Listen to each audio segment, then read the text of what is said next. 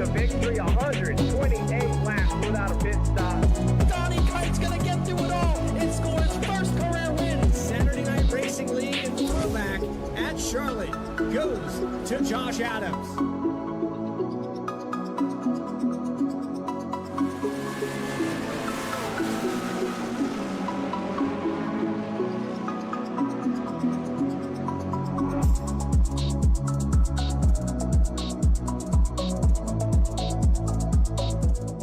Racing isn't easy, but experiencing it is.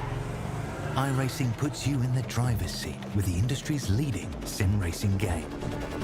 Drive on laser scan replicas of the greatest racing circuits from around the world. Go head-to-head against other drivers chosen by skill-based matchmaking to ensure competitive racing at every level. Compete across all your favorite series. In officially licensed cars, engineered to deliver the most accurate driving experience possible.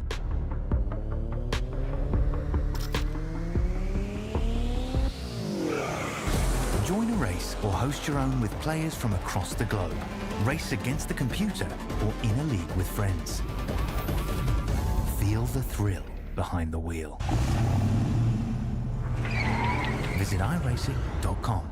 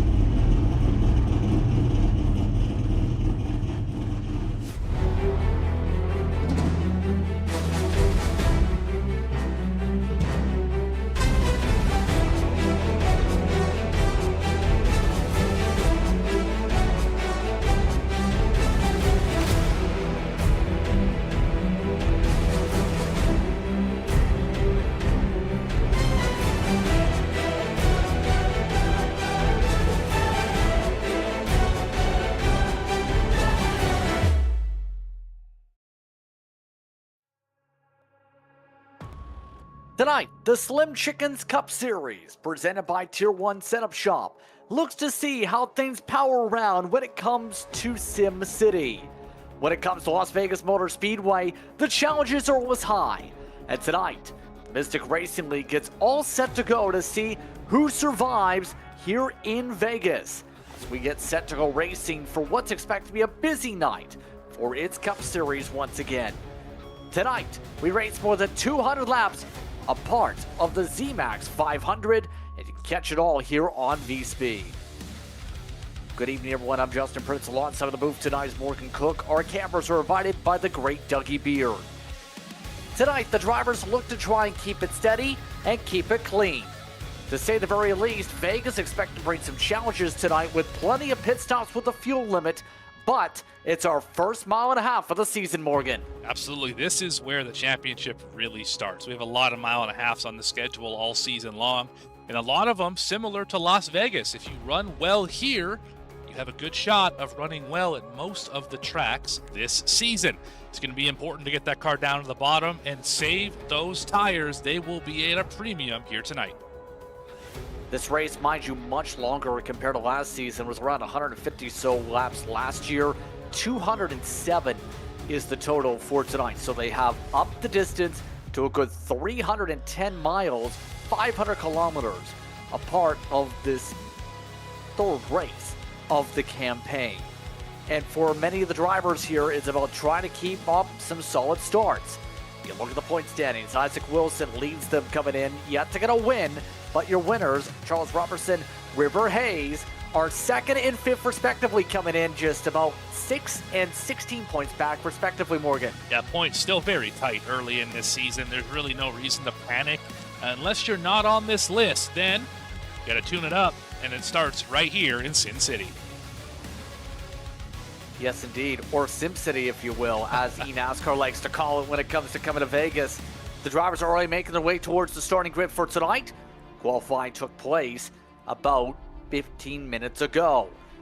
And keep in mind, the majority of the drivers that qualified started with their first laps being the best. That included Christian Barnes, who will start alongside Devin Curl on row number 1. Row 2, Colin Bollinger starts on the inside. It's a debut, meanwhile, for Landon Kelly. When it comes to his team, he'll look to make that debut tonight from the 4th spot. Jacob Cochran and Gavin Hinson set up in row number 3. Then row 4, Thomas Hartzog will start in the 7th spot. Isaac Brock rounds out your top 8 positions. Then Aaron Baum, one of the drivers that looks strong at Daytona. John Ullman, your top 10, Morgan. And Jack Fiftner making his C4 debut there in 11th spot. Rayshawn Winfield in the 35 as always will start in 12th. 13th, River Hayes. Talked about got a win last week. See if you can double up here in Vegas. Derek Jewett starts in the 14th spot. 15th be Alex Pollock alongside Caleb Hunt in row number 8.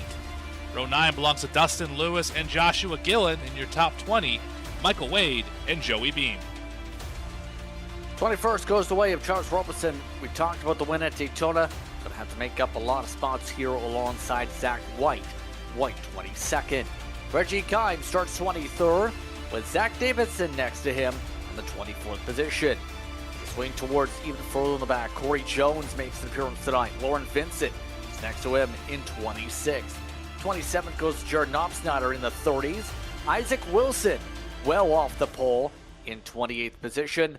And a couple drivers didn't set times tonight. Adam Holston's 48 car. David Moyer rounds out the entries here this evening. All drivers in session. They will get a couple pace laps to be able to warm up their tires and get ready. But remember, tonight's stages, laps 55 and 115. Look at that fuel estimation, though. That's a lot less than the normal run. It is going to be a pit stop fiesta. Absolutely. You're going to have to pit at least once for sure in stage 1. The same thing in stage 2. That's 4 sets of tires before we even get to the long haul of stage 3. And then in stage 3, it's probably going to be another 3 pit stops to make it to the end. You're going to have to be very good on and off pit road today, especially if we get green flag stops. How's it going to fare out with caution strategy? Because there, as you said, is expect to be no flexibility with the fuel runs today. And even with the tires, if you pit in the schedule that I just mentioned, that uses all 7 tire sets as well. So you really don't have a ton of options when it comes to being different on strategy. You're only going to be able to maybe move your fuel window plus minus 3 laps, and hopefully that gets you what you need to be able to maximize the tire run. And these Tier1setupshop.com setups that we have under all of these cars out here tonight, we'll see what they prove to be, if they're a handful or if it's on rails for the entire field. We're going to definitely wait and find out. Worth noting that race control did tell the drivers to be safe and be calm to start things off. They referred to an incident last night, Morgan, where there was an incident on lap 2. They're hoping that doesn't happen tonight. I thought you were going to say on the pace lap, because I was involved, and actually I caused that one. Apologies, everyone. I had a technical issue. We'll call it a flat tire, and it right hooked the leader before we even went green. Although, he did win the race, so I think it's okay. That's beside the point altogether. This is a long, long race, and there is no reason to be overly aggressive. That wreck last night on lap 2 caused by a bad bump on the second lap of the race coming out of turn 2 that just wiped out about 15 cars. No need for that here tonight. Let's find out how tonight fares out here. It's worth noting they did give the warning involving what you had. We'll see if everyone plays nice tonight. We're happy to have you with us here on V-Speed. It's Barnes in control. Green flag is out. We're underway from Vegas.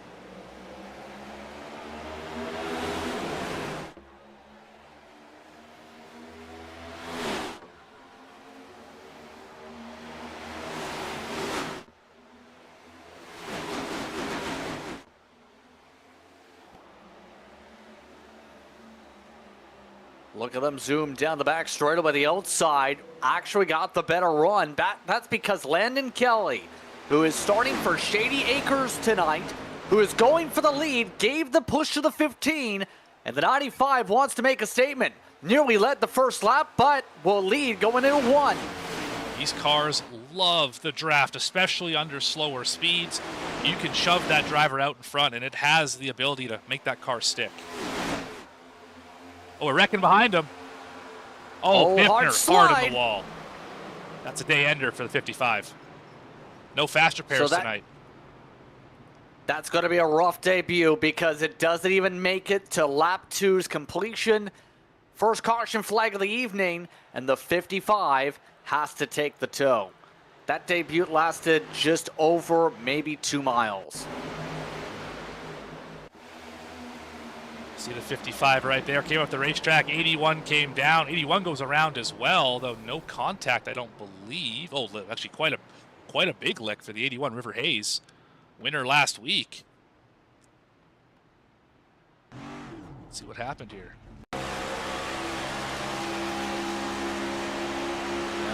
Hayes picked up the win after starting on the pole at Phoenix. And you mentioned the bump. Originally turn 2, you can see a massive run. Didn't go up to the wall, maybe? Well, I think what happened here was he got drilled right there. That's a big hit. I think what happened is he saw the 2 go up and the 45 go down. He's trying to split the middle, and he ended up not knowing where the other car was, the 55, and that was what caused the incident. Hayes is getting damage repair done. The 55 is taking the time to repair as well with the tow. So, first caution of the day. It's an interesting prospect to bring in Kelly because he's actually got eNASCAR College iRacing Series experience. He made that appearance in the past few months representing Seminole State. Was the 21st qualifier for that. Also, races with our setups in official competition has been promoted on said competition socials. In other words, Kelly may very well be a threat for the win tonight because he is strong enough to compete against the best of the best in the college series for scholarship money. Yeah, absolutely. This league has done a great job of bringing in drivers from all different backgrounds, all different skill levels. We have drivers as high as 3,000-4,000 in this session. We have drivers who are just starting out their iRacing career, and they all get to race on the same racetrack and learn from each other. Really cool what the sim racing community is able to do here, especially the Mystic Racing League. A lot of expectations for the 95, but he'll have one of the top drivers behind him in Barnes ready on the outside when we get back going. By the way, some of the drivers already up with some top-offs, 10 spots. Isaac Wilson and Adam Holston, 18th and 19th respectively in the opening couple laps. We did have a couple drivers top off on the gas tanks as to expect here with an early caution. Jacob Cochran, Joshua Gillen like to roll the dice for their fuel, but it's time for a choose. And look at that. Top 2 both choose the outside. I think they learned from the first time around and said, I'm not going to get beat again by the outside lane getting a good jump.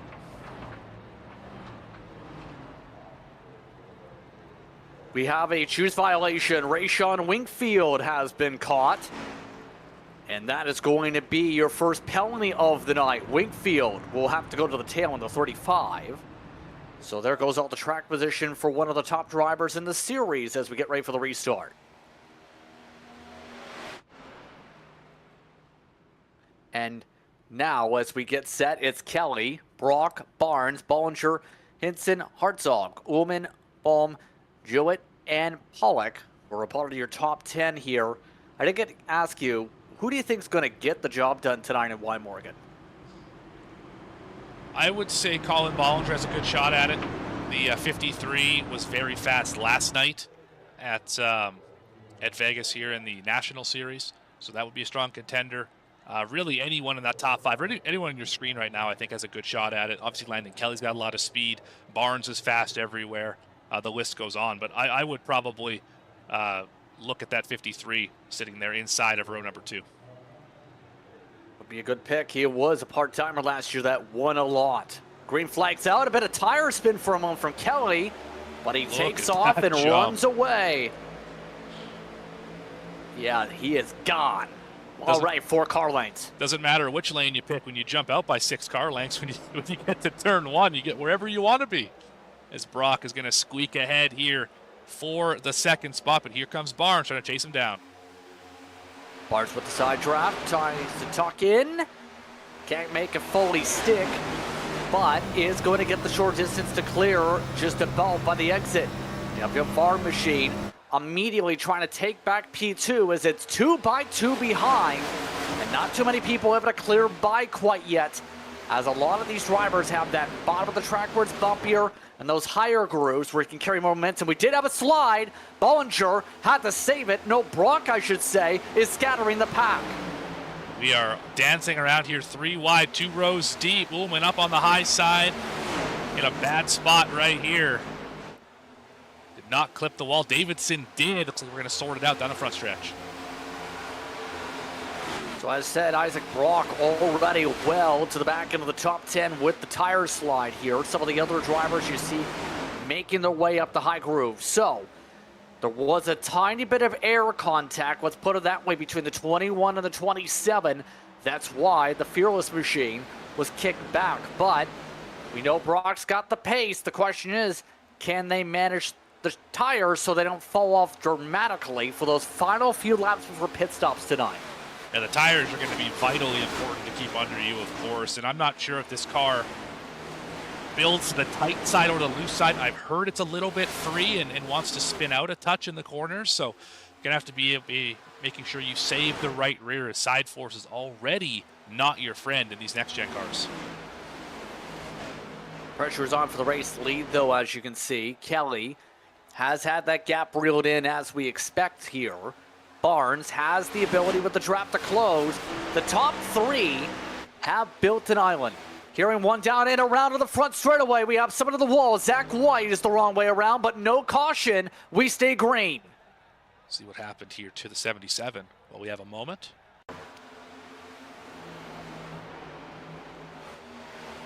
Side Ullman.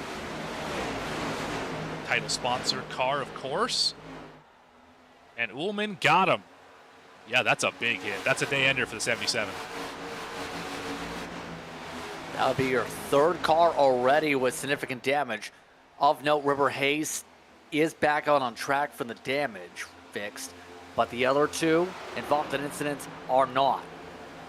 Looking at the late years, though, as we continue on, and some of the others, Damon Moyers had some sketchy moments near scrape the wall down out of 2. See him just trying to hold on alongside Curl and Rayshon Winkfield, who's looking to get his spots back from the EOL from the choose cone violation. Already +5 on this run. So I think we're to the point of the run now where we're just trying to see what we got. Oh, car spins! Dustin Lewis and Hartzog both involved. Oh, that 8's destroyed. Left front tire is not supposed to point to the right like that.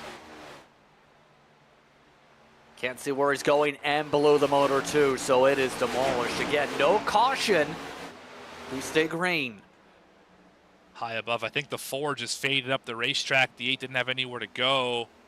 Oh no, the 4 snapped. Oh my goodness. Oh, that's heartbreaking for the 8. Did nothing wrong. The 4 had a big moment, and it collected Lewis as well.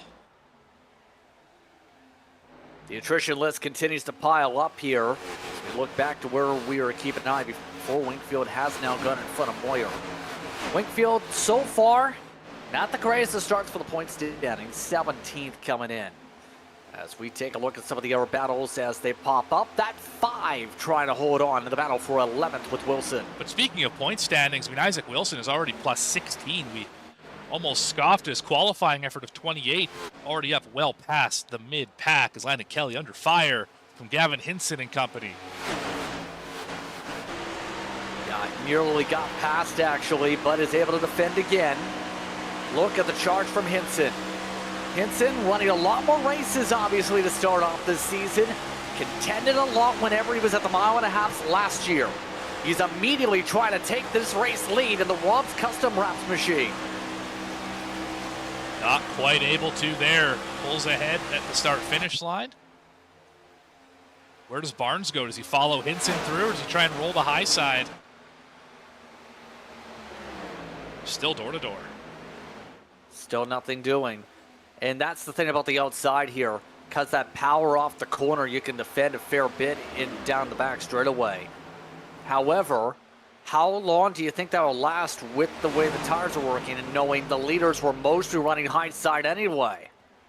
I think this is where this first run is as much about feeling Look the at car that. out and seeing what you can do as it is trying to get track position as Barnes tries to make an aggressive move.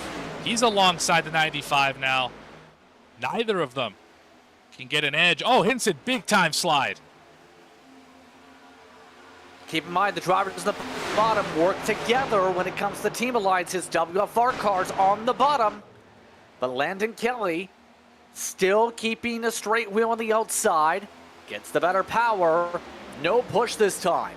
All this battling has destroyed the cushion, by the way, all these drivers had, because Jewett, who's up 10s behind them, Bombs up there, Pollock, Robertson, are all in this drafting group as a result of how much these leaders have started to fight here. You're right. Brock and Robertson. Hunt is pretty close as well. Bollinger's making his way back up. It's going to be a 10-car battle for the lead here if these guys don't sort it out up front. I think Hinson finally realized that. Files back in line in second spot. The pace right now already near a second of fall off. So we're about 18 laps for the run according to the pace laps so far. Coming up to lap 20. Still plenty of time to go in stage one for those tuning in. It is up to lap 55 for this opening stage with a one-stopper here. But that 17 machine, been impressed with his charge up to the pack so far. You see him run the bottom behind Hunt and Bollinger. He's looking to also make up some ground to get around your winner from the start of the year. Yeah, that's Robertson plus a dozen. Make that 11 as he just gets passed by Bollinger to start this one off. And obviously Daytona is Daytona. It is a big place you want to be able to win, obviously. But how do you carry that momentum forward as a driver from a win at the start of the season? It's not like past years where we hit the playoffs and it's like, okay, you don't have to worry about the season. There's only the matter of making sure you survive when the playoffs start. Not really anymore with the full season. That puts a lot of pressure on a lot of these drivers who, some of them were good for wins, but consistency was a big battle. Yeah, you're right. And I'm glad you brought up the playoffs and the win and you're in not being around anymore, because it does change the way that you drive those super speedway races. It makes those races a little bit tamer, and it forces you to have to just claw and scratch and scrap on all of these mile-and-a-half races, because if you get the win at a super speedway, you get that extra 15 bonus points essentially. It allows you to have a slightly worse run at a mile-and-a-half, and it doesn't destroy your points. So, like, there's a trade-off, but you still have to be kind of good everywhere. It gives you a benefit, but it doesn't necessarily lock you in, as you mentioned. It's going to be curious which drivers over the course of the season are your most consistent. Wilson is the only driver with 2 top 5s on the season coming in from the opening couple races. Expecting him to charge as this run goes on tonight, as we talked about. Tail end of the qualifying order. I wonder if there was some intent to that to stay out of trouble. Some drivers like the challenge. Wilson definitely playing to it as he's just a couple spots away, at least from the stage points here. But up front, still keeping calm. Now it's Barnes trying to set something up on the leader. These three have again broken away, this time from Baum in fourth. It's Pollock making a charge up to fifth. Jewett slides back a pair. These front three trying to settle it. See who's going to get that point. So far, it's been Kelly. And a great job working the air here. Barnes, not much you can do about it. Keep in mind, Christian Barnes is probably thinking, thank goodness we are at a mile-and-a-half, because he's had his start of the season 32nd in the points, by the way, Morgan. 1 lap led for the 27 coming into tonight. A big drastic change compared to last year, especially for some of these drivers. Chance to really get to the meat and potatoes of the schedule. Yeah, we're still so early in the season that it shouldn't invoke any negative feelings not being on the top 20 on the standings. It really shouldn't, because of how, how long the season is and how short we are into it. So that shouldn't cause you any worry, although you do want to turn it around very quickly. Just imagine those in the eNASCAR qualifying series telling them, hey, it's okay you finished 32nd at Daytona. You don't need those extra 300 points from top split. But we also know that's a very tight window. Definitely a different conversation with those guys, considering you're racing for something that has so many more people going for it and is so much more tightly contested than this series. Yeah, that's really comparing apples to Jupiter. Good point. Was just thinking about that with the factor because I kind of always had that mindset with the points, but we do have a pit stop. One of the drivers just peeled on off, and it's Ripper Hayes. Already had Looks damage. like he moved up. He already had the damage, yep, so it looks like he was getting out of the way with the leaders here with the pit stop. And this should be able to, you should be able to make it to the end from pitting here, of the stage, I should say. So that puts him on the front foot for a few minutes until everyone else hits pit road. Then he's on the back foot, but hopefully the track position gained will outweigh the track position lost at the end of the run. As we continue on with seeing some of the battles wall pop hit. up. Holston just knocked it down out of 4. Holston's been getting a lot of scrapes on that 48 popping up, but so far, I think his car's okay. I don't think he's crunched in the right front, but he's been trying to. Hartzog But caught the look at fence. this. Lead is more important for now because guess who took away the high side? Oh, that was near contact. Yeah, Kelly tried to squeeze up in front of him. Looks like he will do it here. Oh, that's by inches.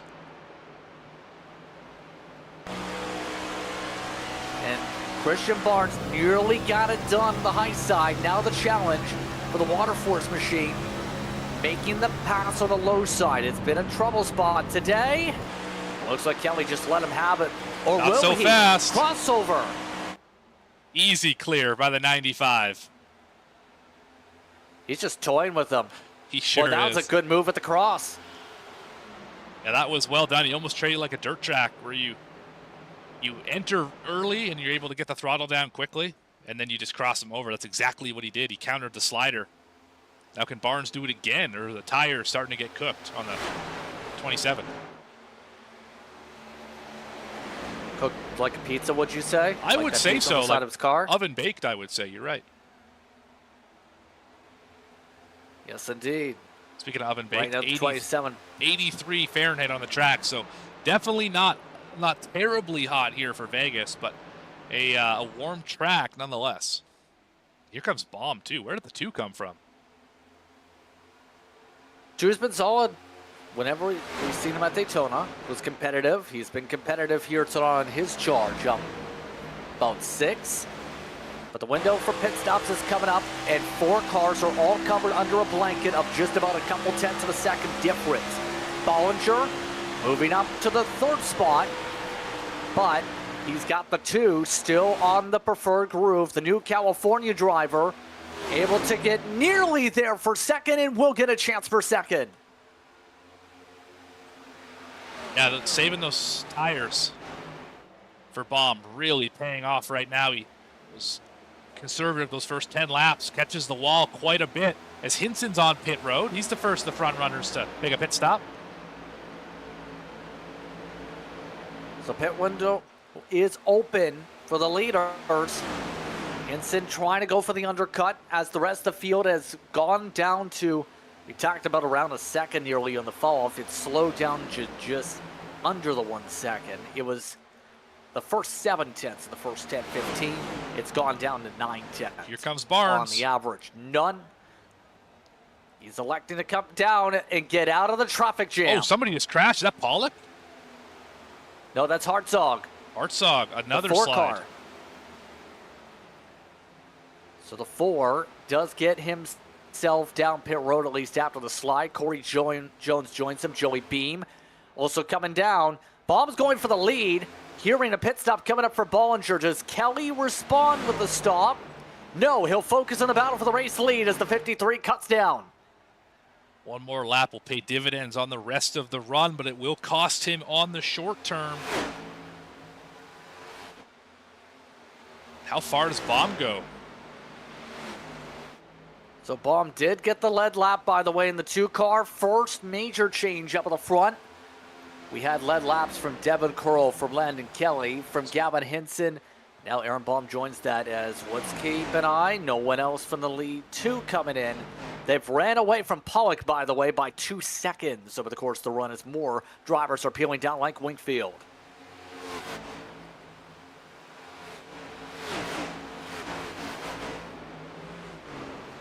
Now, the interesting thing to note here in all of this, Morgan, as we go through this cycle, Bollinger did take a shorter stop.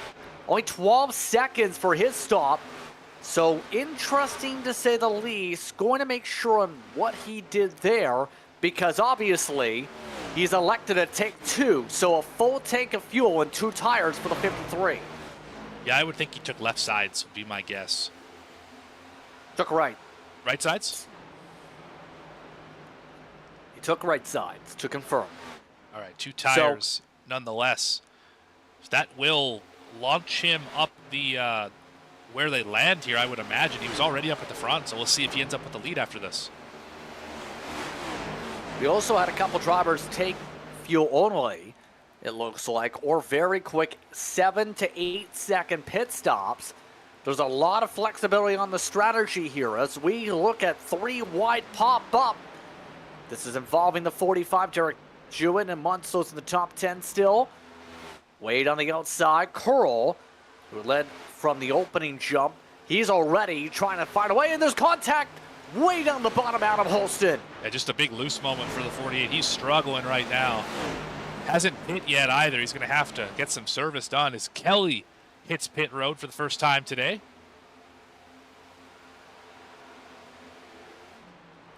Watch for the strategy here when it comes to him. The 5's coming down this time. It should see a whole wave coming on through in the next couple laps. The net lead right now is still Bollinger over Barnes. That's only by a couple tenths as they go. Of note, Kelly is at least up on the jacks as you see Robertson pass on by Pollock as he goes down. Can confirm 2 tires for Kelly as the others come on in. Last driver having to stop on this stint should be Jacob Cochran. He pit under caution early. Should allow him to go an extra 4 laps. Derek Jewett, black flag on pit road. Speeding penalty at that cone. That's our first speeding penalty of the day. And as the rest of the field is expected to duck down very momentarily for the end of the fuel tank. This fuel limit has Holston made for... Holston missed pit road. That's going to be a black flag. Has to be a black flag for the 48, right? Unsafe pit entry has to be. Hasn't gotten it yet. Oh my goodness. But should expect it by the time he's done pit road. What a break if he doesn't get one. Jewett's still serving it. Cochran should be coming in this time. No, he will not, in fact. But just about everybody else has. Of note, remember Cochran did top offs. Curl also had a top off and some damage repair. Gillen also had already been down pit road. Out of the net lead, though, guess what? Bollinger couldn't hold off. The 27 of Christian Barnes. He has got it ahead of him. Aaron Bauman third. You know where Landon Kelly is? The other end of the back straight away. He lost a lot of time. I think it was a full sequence, full pit stop for Kelly. He lost, as you mentioned, a ton of time. Is there somebody on pit road? That's Curl. Curl. Gillen as well. That leaves just Cochran. Hoping for a caution flag because guess what? He is the only car right now that would be on the lead lap. Any caution gremlins coming out? No. The 88 going down pit road for service. By the way, Holston is still in the pit stall. Holston actually is out of the car. I think Holston is done for the night as here comes the 27 to take over the lead. Takes it on through. Also heard Isaac Wilson had an issue with his set of tires heard. I'm almost wondering if Wilson accidentally burned an extra set, if I understood him correctly on the radio, so the 93 may have a problem later. Yeah, that is not going to be helpful. If you're already down a set of tires, we're already so tight. If we get a late race caution, that's probably going to relegate him to a not terrific finish, but still a lot of race left. Things could work out in a positive manner still. So there's the pass for the lead. Coming up to 10 laps to go on the stage. Cochran gained a lot of ground actually with that Morgan. He's in a decent spot behind the lead group in the top 5 in front of Hinson. The issue is he's got 10 laps and he didn't take tires, so he has to hold on for 10 laps. The gap is pretty significant back to Hinson. It's about 2 seconds, and then another second and a half back to Winkfield. So he might be able to be net positive, but he's got work to do nonetheless. Oh, Landon Kelly, big crash. Oh no, one of your top cars to start the night? He is already done. Let's take a look.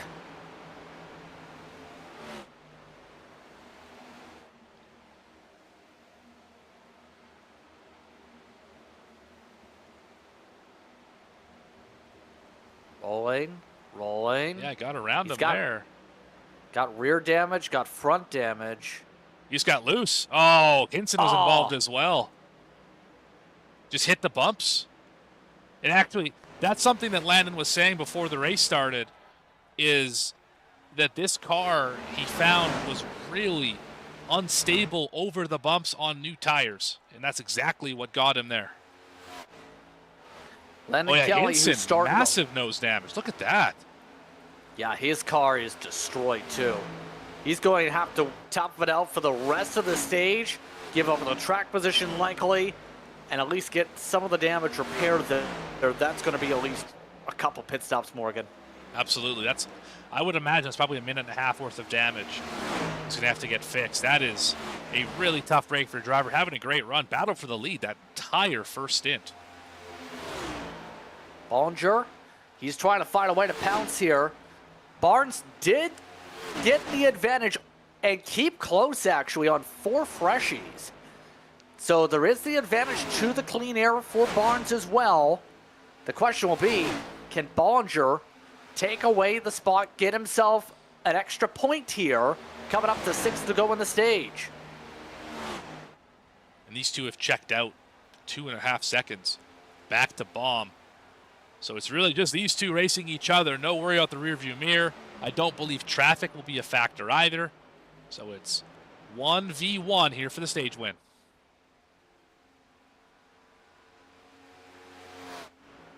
Yep, they pulled away near 3 seconds, give or take, to Baum. Cochran and Winkfield, your net top 5. Hinson's already lost 4 seconds with the damage alone in his situation. This is what's going on there. In fact, Wilson, he's looking to go ahead of the Black Diamond machine. And Hinson, he's going to be lucky to still get stage points here.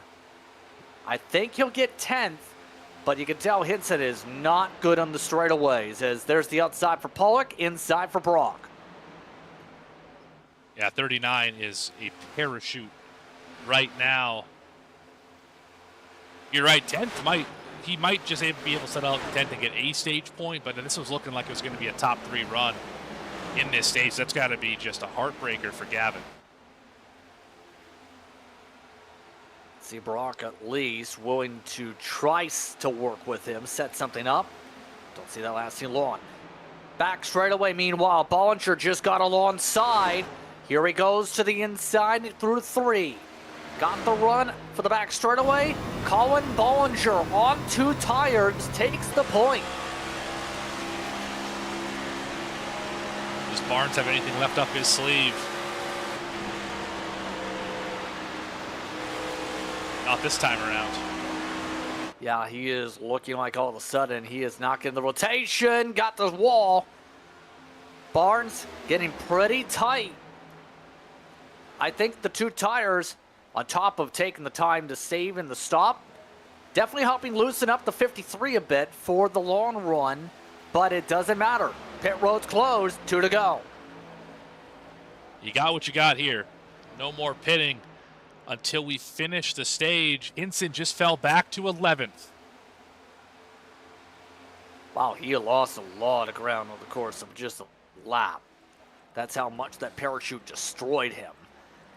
Yeah, right. But some of the drivers like Cochran making a great roll. Wingfield also doing a good job with the 2 tires.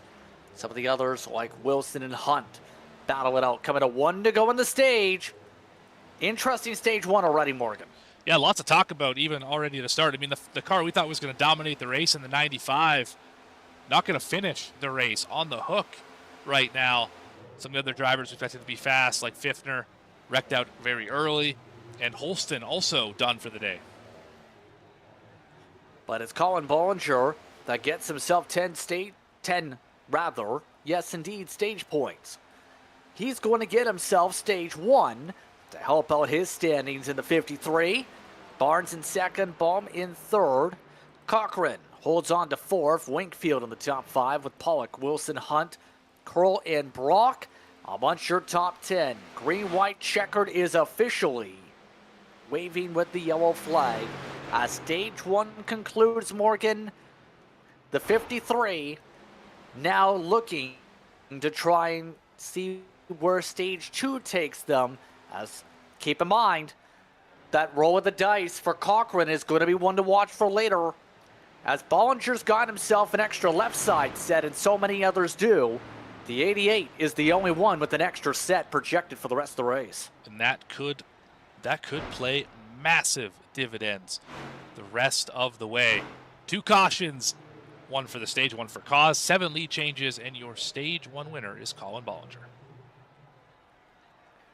So Colin Bollinger gets the job done in stage 1 here in Slim Chickens Cup Series competition.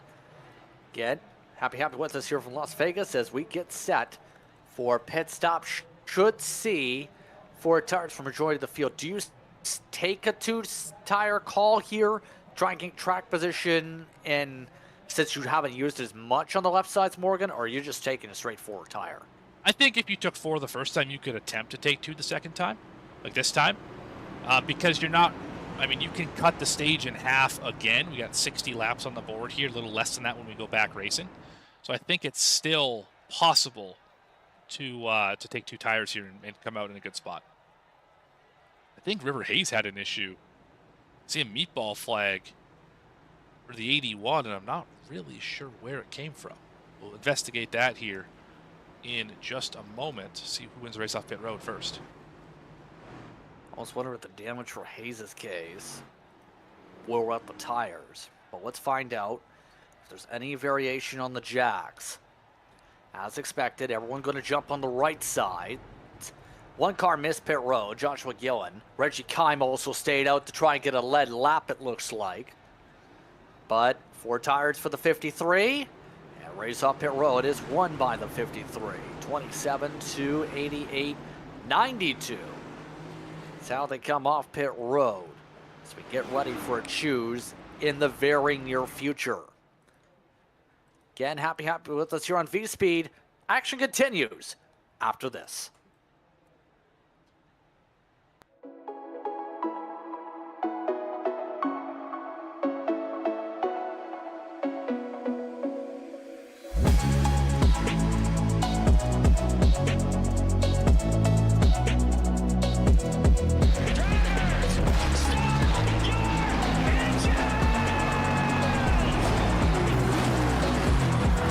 With Jonathan Parker, he locked it up in the end of stage 1. Jonathan Parker, our season 5 champion, Bryce Shoemaker, is going to take the victory 128 laps without a pit stop. Donnie Kite's gonna get through it all and score his first career win. Saturday Night Racing League and throwback at Charlotte goes to Josh Adams.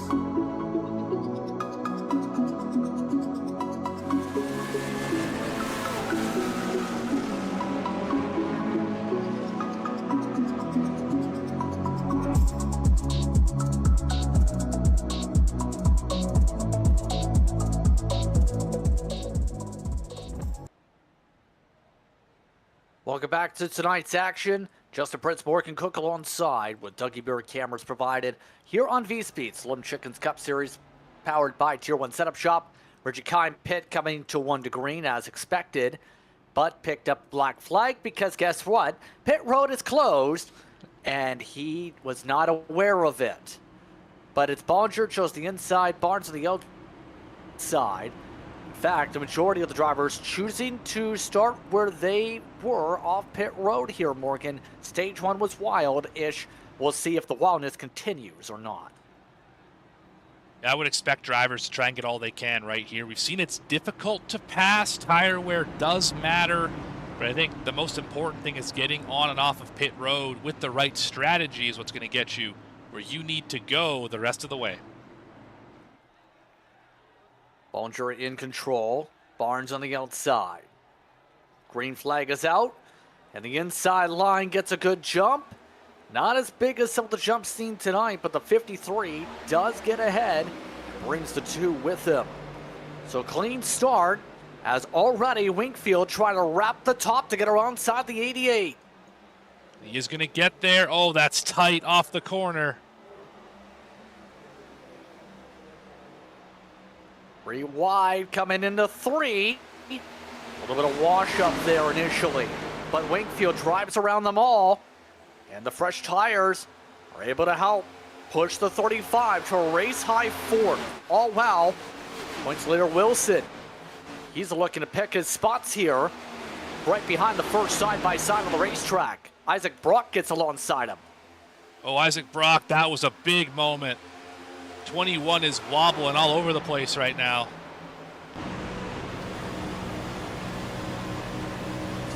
Come on board. Watch the hands. Not too many wiggles now coming through 3 and 4. Not as bad on that part. See right now, just maximizing through 5th gear here. Any play of the gears? No, just letting it roll in 5th. Look how rough this racetrack is, though. Heads bouncing all over the place. Battle for the lead. Barnes going back at it. There he goes.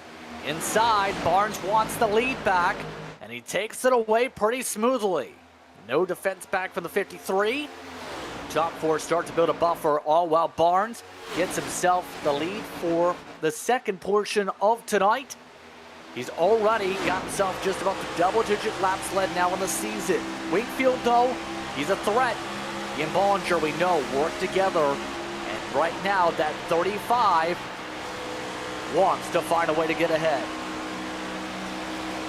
He's been really the first one to test the very high side of the racetrack on new tires, and it seems to have been effective. Now it's down to the bottom, but I have to wonder if saving the tires early is going to prove dividends later. We've seen Barnes kind of fade at the end of these runs and Bollinger be able to pass him and drive away. I think that is the reason why.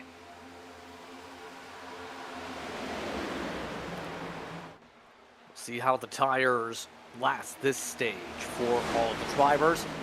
The only driver that took 2 tires or anything along those lines would have been Corey Jones, who was in 15th, by the way. Everybody else did take the 4 fresh boots.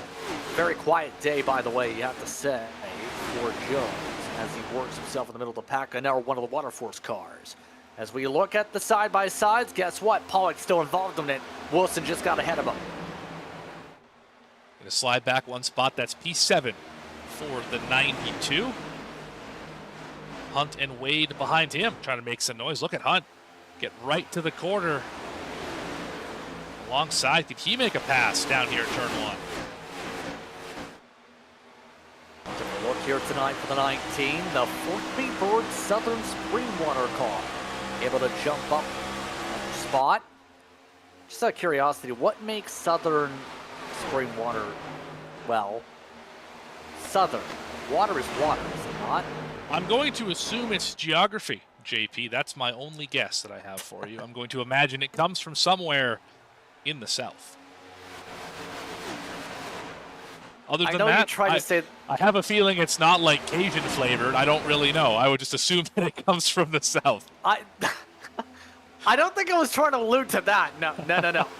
I know you're saying the most basic way possible to say what's the straightforward answer to that, but we'll say Hunt doing a really good job tonight. Every time he had a good job on a 1.5 miles last year, the bad luck seemed to bite him.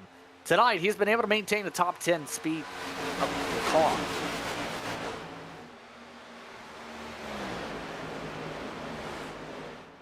Look at this up front, though. Baum is still showing he can drive not just at a track like Daytona, but here too.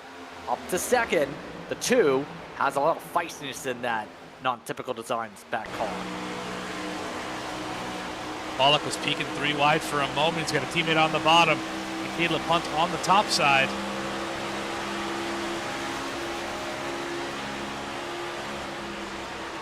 See the traffic jam trying to sort it out. Pollock elects to go to the bumps on the bottom instead of trying the top, and that gives it right to Cochran. There goes the C4 car. And Cochran immediately boxed in instead with the run, had the lift for Wilson.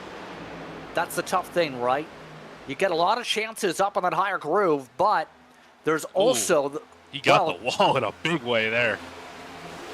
Well, that's one way. Also, you have to make sure you don't hit someone on the front nose, too. Yeah, it's easy for someone to clear your nose, or you to try and stick your nose in there and cause an issue that way.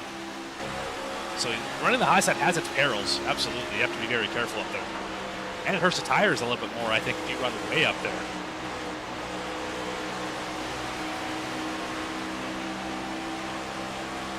Side-by-side battling. This is up again in amongst that top 2. Barnes is just playing the lanes. Bollinger trying to squeeze up a little bit on Baum. Up the track, having to correct is the 2 for the 53's bobbles. There's the scrape to the wall as a result. Isaac Brock is now joining the fun, by the way. 2x2. Now for second and fourth, just about. Oh, contact, Baum in the fence. Wingfield's in the grass. Wingfield cutting on through. Hold on to it. He does. Wingfield loses all the track position, but you can see that coming with the near contact previous. They're still side by side. 45. Oh my gosh, what happened to the 45 car? Well behind the rest of the pack. You're right. He's wrecking. What is he doing? That car is struggling right now. He is multiple laps down, believe, as he was well down the water. Remember, he got the speeding penalty. I'm hearing Isaac Bross got damage here too. He just said steering damage is the issue with the 21. He is not feeling comfortable. He just swiped the wall and straight away.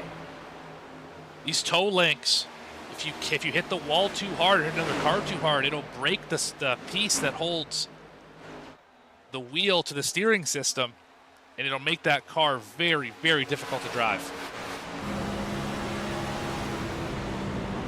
You can see how much wheel he has in it. That is abnormal to be turned that far to the left. Car's just struggling. That's obviously going to be damage impacting him just about the entire way. So as the 21 drops, we just had the battle conclude. Up for second. Baum said that was a good battle. So what do you do when you say it's a good battle? Try again. Try and get to the inside at least this time. Not going to work as Bollinger now secure fully second.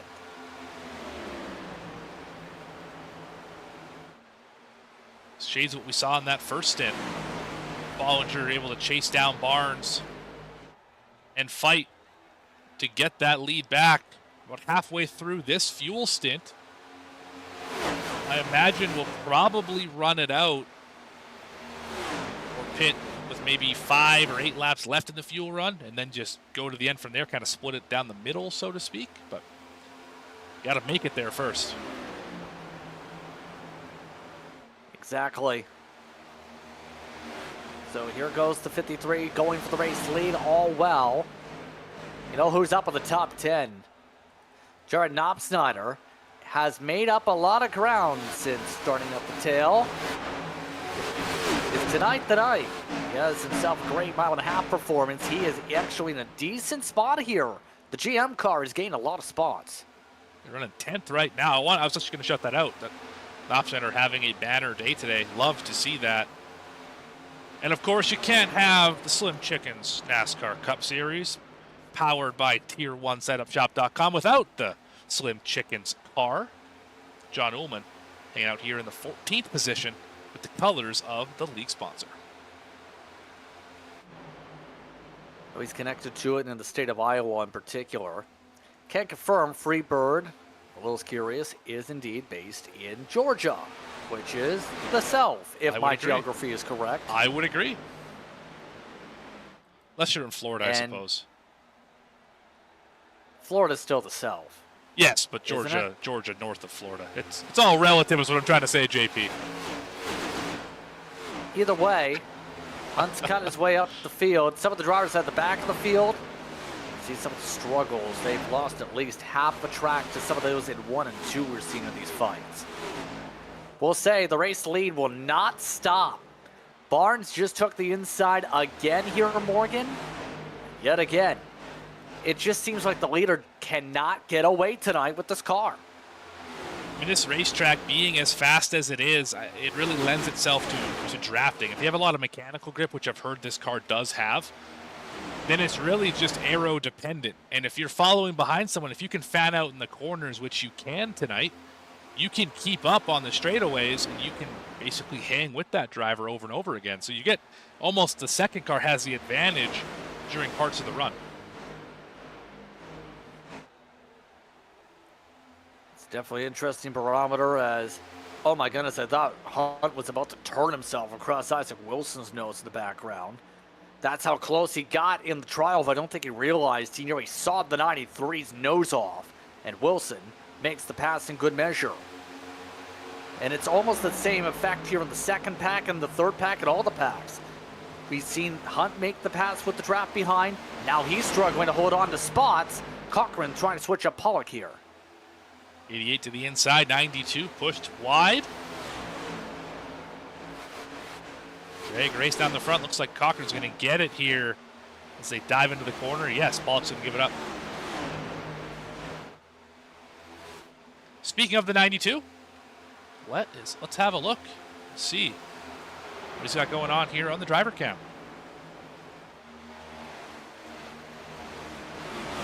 And gotta love that wall of illumination he's got in the background. He's changed up the setup a little bit over time. Let's see. Just feeling comfortable, has his racing cap on after all. And right now, letting the lights illuminate him. I think he knows he's on camera here, but is fighting to make sure he focuses on the road. You know he's listening to us right now. Give us a wave, Alex.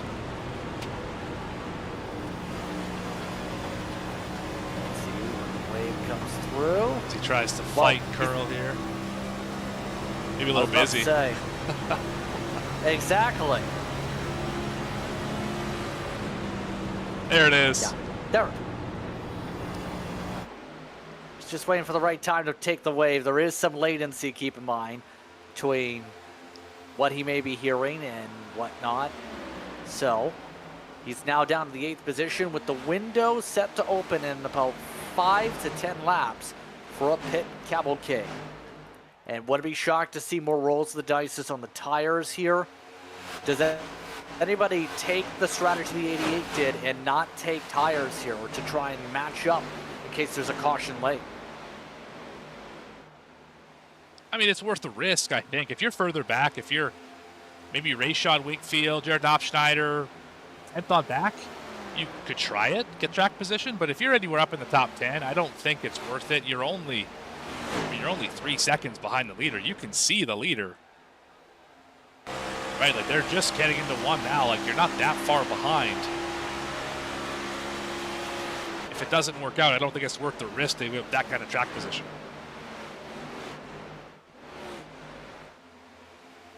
It's an interesting thought as you see some of the others. Davidson clawing his way through this fight. Now behind for the battle for 11th. Up 12 so far tonight. Kind of a quiet run for the TDL Designs paint scheme. But quiet is good sometimes, especially in the case of maintaining tires. And also just having a solid day all around to be able to build momentum on. That quiet is great when you consider some of the fastest cars tonight who've had a lot of airtime to start this show are no longer in the race. Quiet is definitely a good thing. Oh, we have a big roll of the dice. Cochran just came down now. You can make it from here. It's a 30-lap run, but you could do it. So this will be interesting if he does take tires here. I think you have to. If you're going to run this long, it's got to be at least 2 tires to free it up, and just hope that you can keep the tires on it. So Cochran is taking tires, we can confirm. So Cochran hoping this goes the full cycle. 21 also going to enter this time.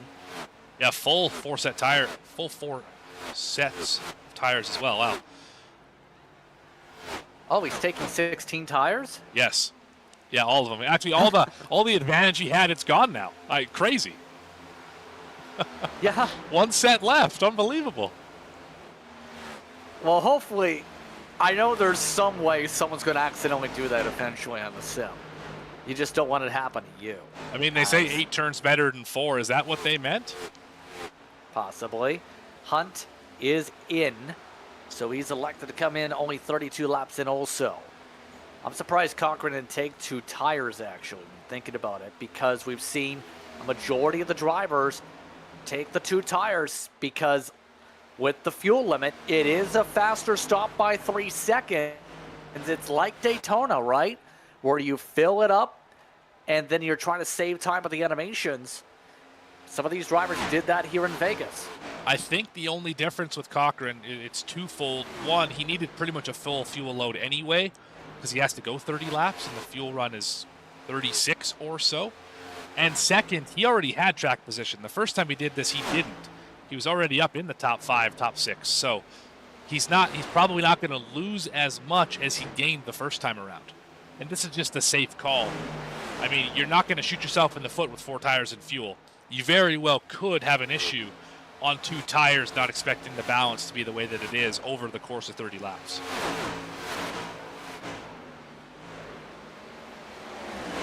As well, some of the drivers are trying to battle it out late.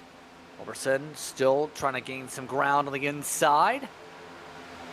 Your leaders coming on down. Barnes just indicated a pit stop.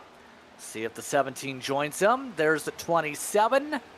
Didn't hit the bumps. Going to the pit entry. Barnes down pit road. And he didn't bring anybody else with him. So Barnes trying the undercut this time. Does Bollinger respond? We'll have to see. He is. And 53 wants the stage points. He'll come on down. The 2 looking to take over the lead. No, he's coming from the second groove. Baum just pit wide and just got lucky the lap cards checked up for him. Sometimes that's just how it works out.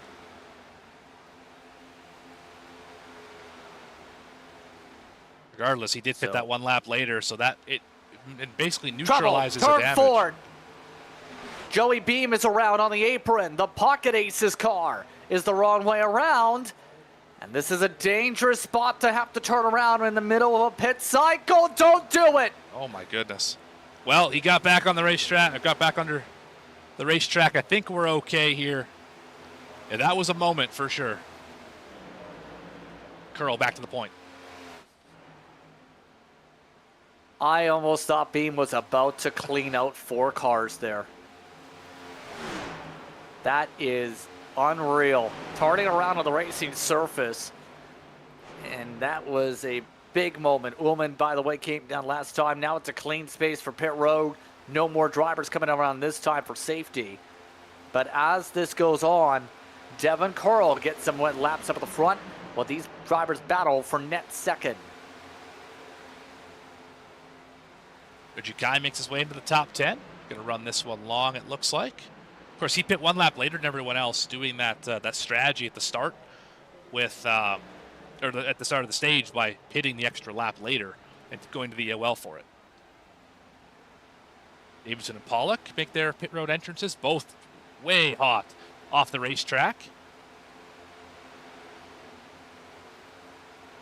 Comes Wade. Looks like no major issues on these entries. Devin Curl says he's going to come down this time. Same for the 17. So those drivers going near 40 laps on the window with the pit stop. 47 also will join them. So everyone, for the most part, keeping it smooth. No black flags for speeding. Looks like everyone practiced their marks for the most part here tonight. On that pit entry, it's not like Daytona with the change. Oh, I spoke too soon. David Moyer just got speeding. Oh, no. 43 too fast entering. So we got one driver left to pit. It's Joshua Gillen. Curlin Robertson currently on pit road. Should cycle the lead back to Bollinger by almost 2 seconds.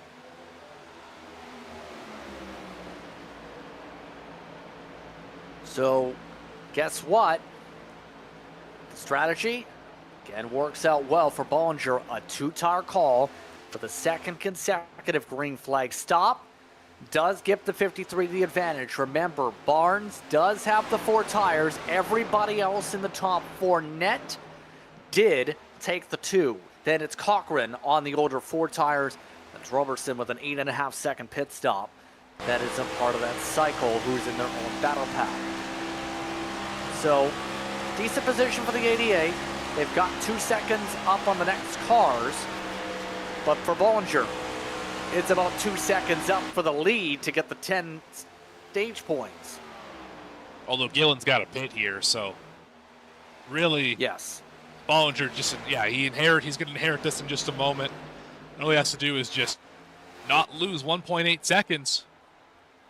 Barnes going to try like heck to get around some of these damaged cars here. That's Vincent and Hinson.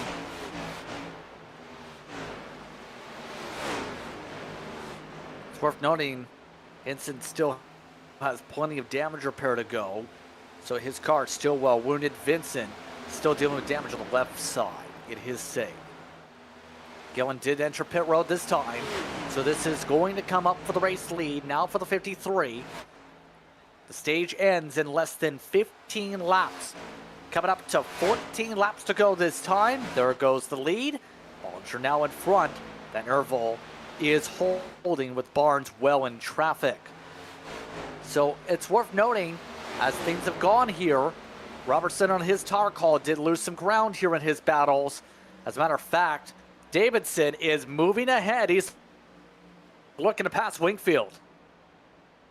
And Wingfield still being aggressive on that third lane, way on the high side here.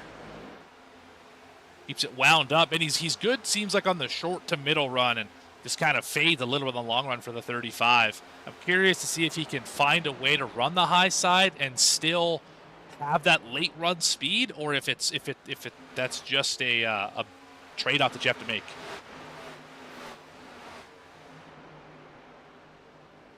It's an interesting back and forth thought process as we look back at Wade. Wade so far has had some decent speed, but has been pretty quietish tonight. Right now, just trying to hold on with some of the fresh tires, ready to zoom. Look at the difference. Some of these drivers on stints already. Wade, right now, 6 laps into the run. Not as fast compared to Gillen, who is supercharging on his set right here. Already moving on by with ease in the 10. Just picked up 2 more spots. I think what we're learning here is the key on the tire run is you either have to be early or late. It doesn't matter which one it is. You just have to be different from everyone around you. If you pit at the same time as all the other drivers, you're just going to run in the same spots you were before. You got to do something different is what it's looking like here tonight. Cross flags up at the stand. Race control just called halfway. This time through here from Las Vegas. The stage is not done yet. How are things going? Well, Bollinger is pulling away. He just ran 3 tenths quicker than Barnes. That time it was another 2 tenths quicker. It's Colin Bollinger's race to lose possibly with the pace right now, Morgan. What do you do to counter that if you're some of these teams knowing the 53 is yet again on a charge? Well, we thought that about the 95 earlier as well, and 95 sitting in the garage right now. So don't count your chickens at this point, even if they're slim chickens sponsoring the Cup Series here, of course. Segways all over the place, JP. But in all seriousness, just keep it on the racetrack. You clearly have a fast car. You clearly know what you're doing. Just don't screw it up at this point in the race. Bollinger, 3 race wins in 2025. That was after he only ran 12 races all season, though. Obviously starting off with a bang with the amount of races appearing in. See if that carries through, as once again, some of the air battles like Hunt and Robertson. That 17 just is not as comfortable right now with this tire call, it looks like. Tried the different call for the 2 tires, is getting zipped on by for those on 4. Yeah, the problem with the 2-tire call is that it frees you up just a little bit. It makes the car not want to turn. Sorry, it makes it want to turn too much. So if you put 2 tires on, you're not used to it, this car's already edgy, and you can't really save it if it starts to slide. So you've really got to be careful making that call. You got to be prepared for it, and I don't think the 17 was.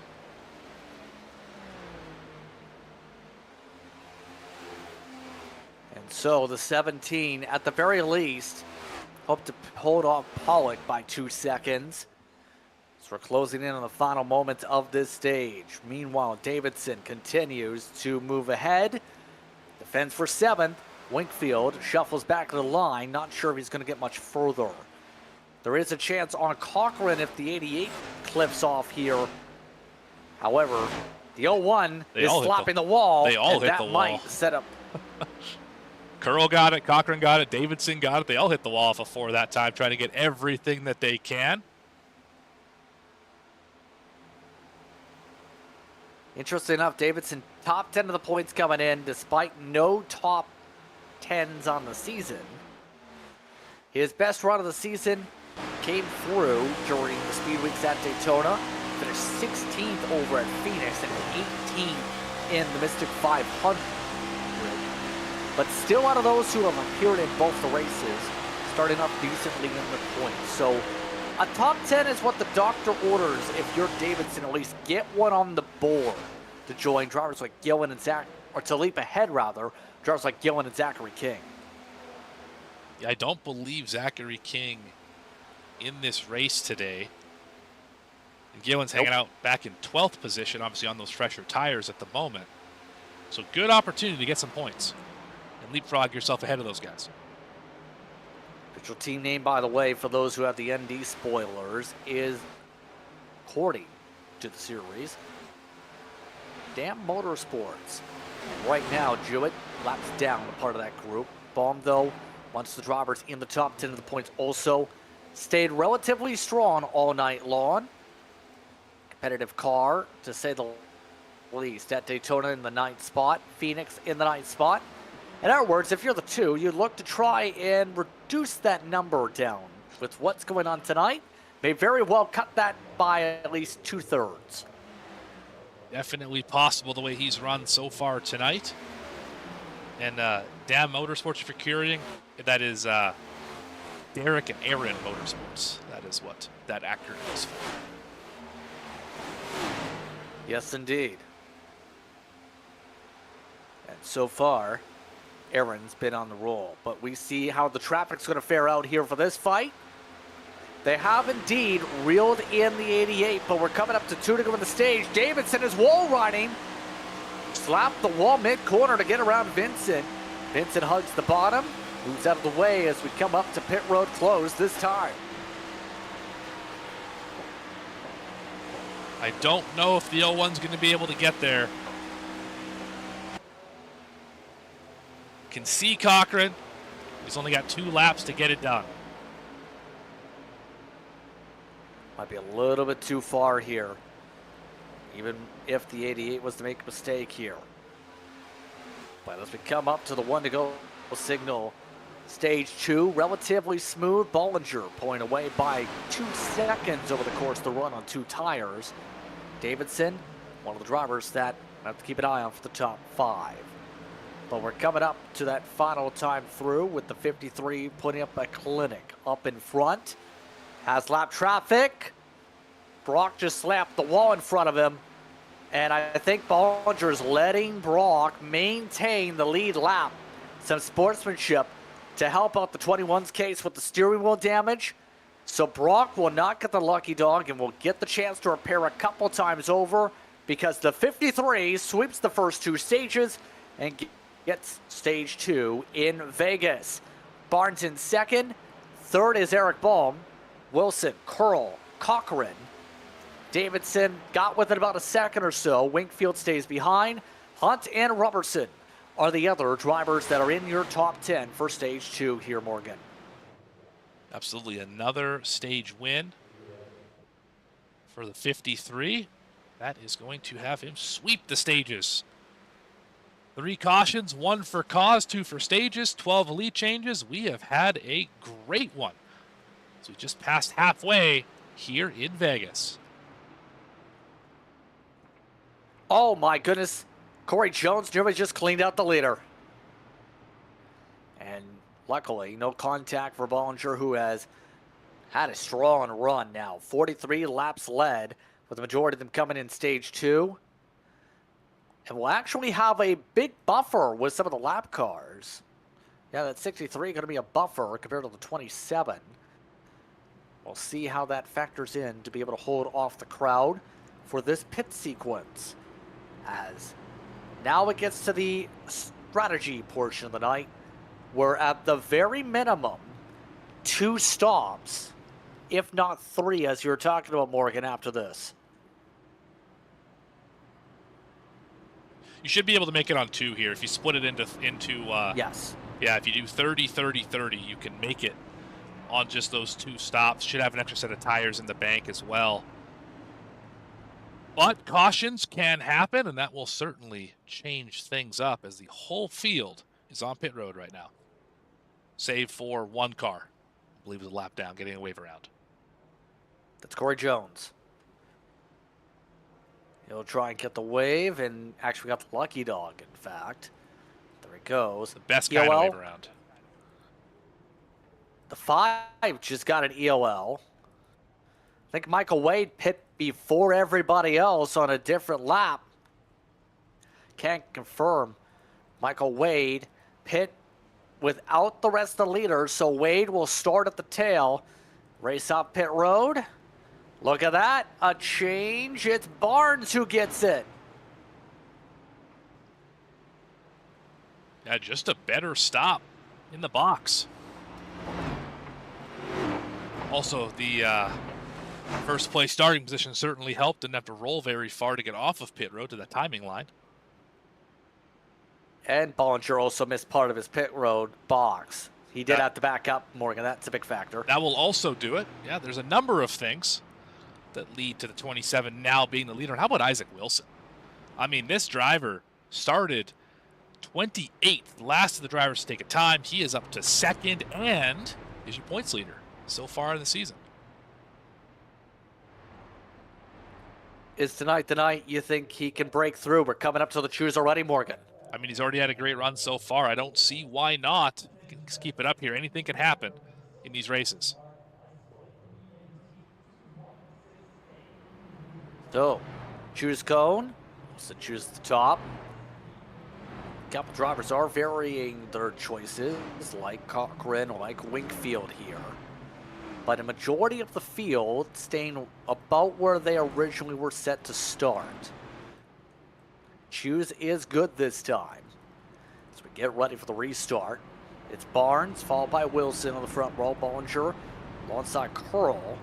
Then you have Baum and Cochran, Davidson and Wingfield, Robertson and Hunt are how they will set up. This will be an 88 lap race to the end from here. Couple time stopper to close things up for the day. And we get ready to see where the strategies now play out with the situations now well and clear what they are now. It's now going to be about execution, Morgan. Yeah, this is not the time for mistakes. We saw a few drivers speed on pit road, miss their pit entry. Whatever the case is, you can't have any more of those because there's not enough time to make it back up.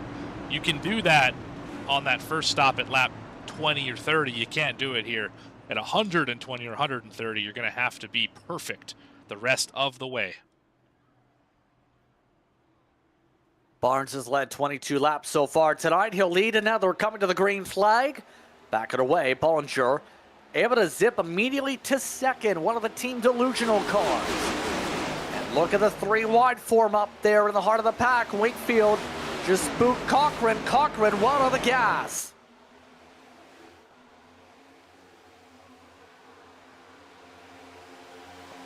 Looks like everyone else getting a clean start. Some scattering to the very back with Vincent. But everybody else survives. So they make their way through. More 3 wide. Wade they're wrecking behind spinning it out. Several in the walls. Wade is spinning out. No caution. We stay green as Hinson is one of those hurt. See what caused the 5 to go around. Yeah, we saw Hinson put a move on Lauren further back. Yeah, 3 wide here. And just loose on the bottom and up in front of traffic. Oh, Brock got put in the wall pretty good. Well, that's definitely not going to help with the steering damage, to say the very least. No, he not is at all. destroyed. Not at all. So the rest of the field continues on. Davidson makes the spot back on Winkfield. That's right now in the battle for 7th yet again. Winkfield immediately showed his hand. Not able to fully capitalize, though, as this pack now gets into a rhythm here. Keep in mind, the top 3 over the course of this green flag run, or the green flag run, should say, have normally checked out here tonight. Bollinger, right now in the 29.7s. It's Barnes ahead of him, who's running personal best in the 6s. Now, are we able to see the 4th place car in Bond keep up with these front trio? Wilson lagging back ever so slightly, about to close it up here. Everyone about equidistant apart at this point. See some of the drivers working on their chest moves. We did have some more smoke back straight away. That's because Wade just about spun out again. And I think the 5 is trying to exit or enter pit road right now on the access road. We hold on, having our slider. It's Jared Knopfsnyder who just cleaned out the wall. That's a big hit. Is there a caution? Is there a caution? No, there is not. No yellow. Had to go 3 wide to avoid a fading Pollock. Still 3 wide here. Oh, just loose on his own. Tried to save it back and nose into the inside wall. That is going to hurt that car significantly. Brock also just cleaned up the wall again in his efforts, but everybody else is trying to hold on to this lead choo-choo train. Chugga chugga, you better be able to find your way to make dirty air work on the bottom. I'm surprised they're able to run so tightly together on the bottom. Oh, some car got the wall. I believe that was Curl. Lose a spot here, maybe 2 if Winkfield can get to the corner.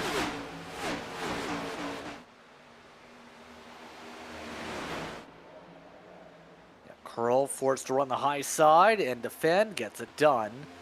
As that will, for the most part, keep the single file, except for Robertson, who decided, you know, enough of this. I'm just going to go up here, clean air. It's free real estate after all. I can buy some stuff here. Buy some spots. He's now in the top 5 in the 4th. Yeah, Robertson is really impressing me in this race.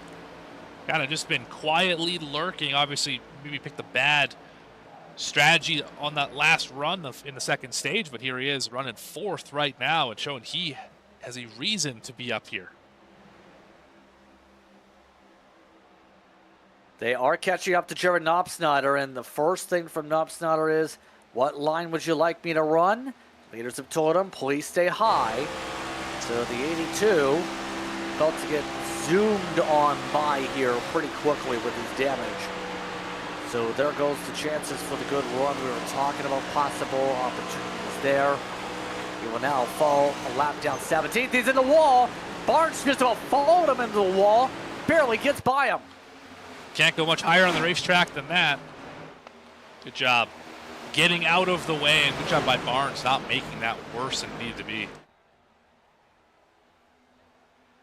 Broncos also just brought it down I believe Brock's front end is scraping. We keep on zooming. Oh, wow. Just see how much Barnes is trying to manipulate the air here.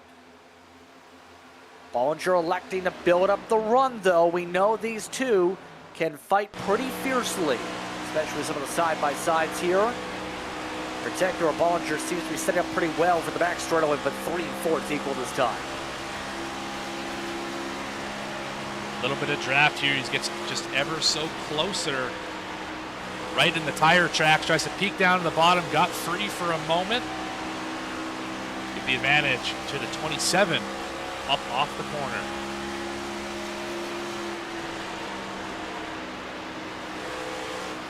See him just trying to test out where can he get something to go here, and compare that to some of the drivers like Vincent who are laps down. That's not how you edge the corner, that's how you miss the bottom there. Now let's as you see, have a look at our final driver cam driver, Lauren Vincent.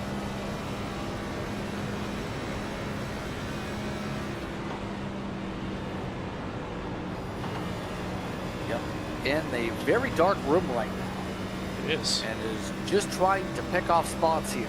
As cars fall out, he just passed Brock because of Brock's situation.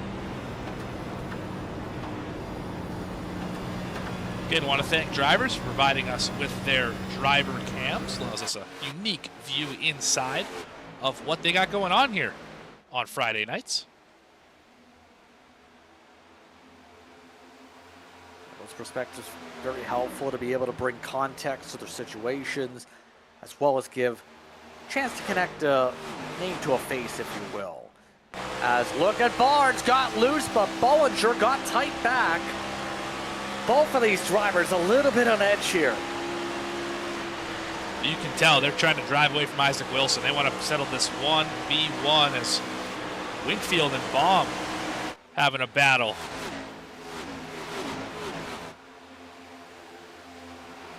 See that hornet's nest popping up again. Baum trying to cover off the bottom. A little bit of a lift, and that forces Wingfield off the gas. Exactly what the two wanted. Gets Curl around and gets him to calm down in terms of his battle sequence here. Coming to 72 to go next time.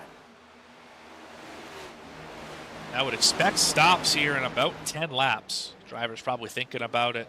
You can't stretch it much sooner than that, or else you can't make it with one more stop, or at least not comfortably.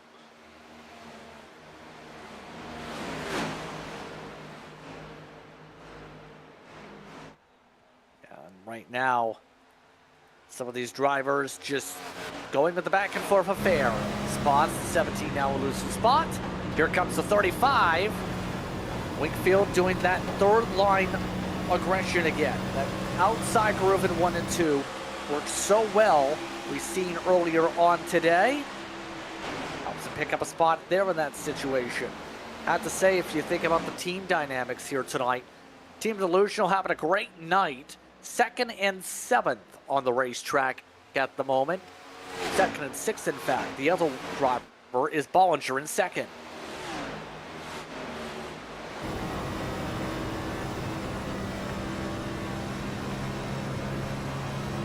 And it's almost setting up more going to be a situation where Bollinger, or at least a couple of these other drivers, are going to try that strategy situation again. Hearing a go low from the 0-1 over the radio all of a sudden. Davidson, who was at the back of the field, is in a panic there, letting cars go because he dragged the wall in 3. He's got some pretty good right front damage. You can see that fender split. Definitely not what Screen freeze, he confirmed. Not the first time that's happened here this weekend, I can tell you that for sure. Hey, at least it didn't happen tonight. Not yet. Well, as we go, we're coming up to pit stops at about 15 laps for those keeping track on the strategy. Decent night for Curl. Top 5 right now. People don't realize this, but Devin Curl's been around for a while. I'm surprised he's one of the drivers that have been brought in big talent-wise in this series, because Seen him, the big name in the short track scene a few years ago on the platform. He's got a 6,700 I rating, by the way. So he's not the biggest name on the stock cars, but in terms of short tracks, he was a name to be a threat for a long time.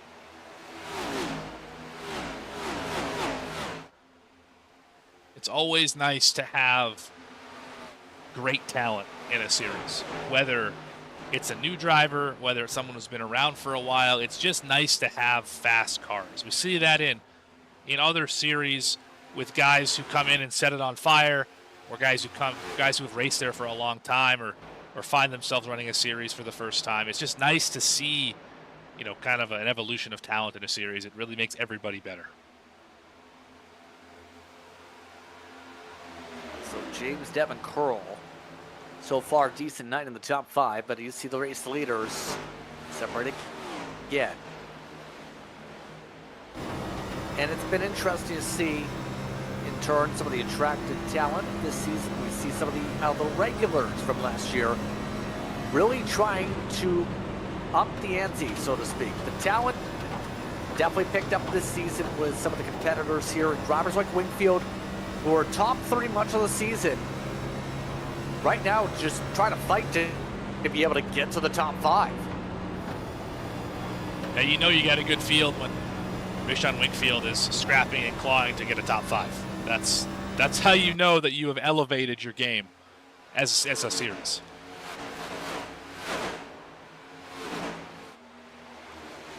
Exactly, and I know just the second season for Mystic when it comes to iRacing. Remember, they ended up making some splashes this year when it comes to the Mystic 500 with the prize pool. Brought some talents there. A lot of open cars try to qualify the way into the event to start off the league season, and some of them actually have stuck out to start off the new MRL campaign of the Cup Series. You also talk about the short track side. They've been really expanding the presence. They're held some big-time races on the short track side during the winter in January. MRL, remember, has been really trying to make some splashes on iRacing 2026. And I'm sure I'm going to be off by 1 or 2 here, but I believe the official number is 17 leagues happening in 2026 around the Mystic Racing League. Of course, we see the big 3 here in NASCAR with your Truck Series, your National Series, and your Cup Series.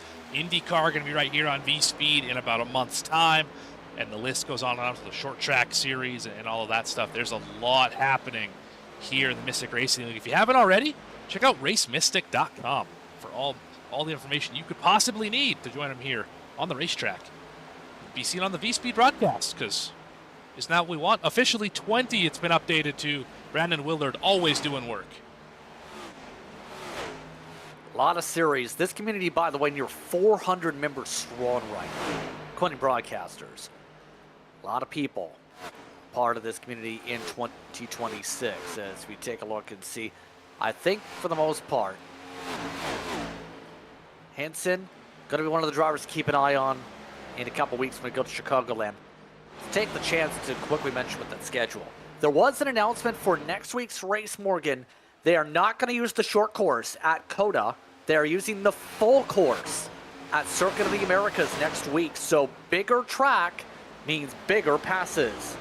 Yeah, big braking zone off the backstretch. Got that massive, 1 mile long backstretch that you have to brake into, as well as turn 1.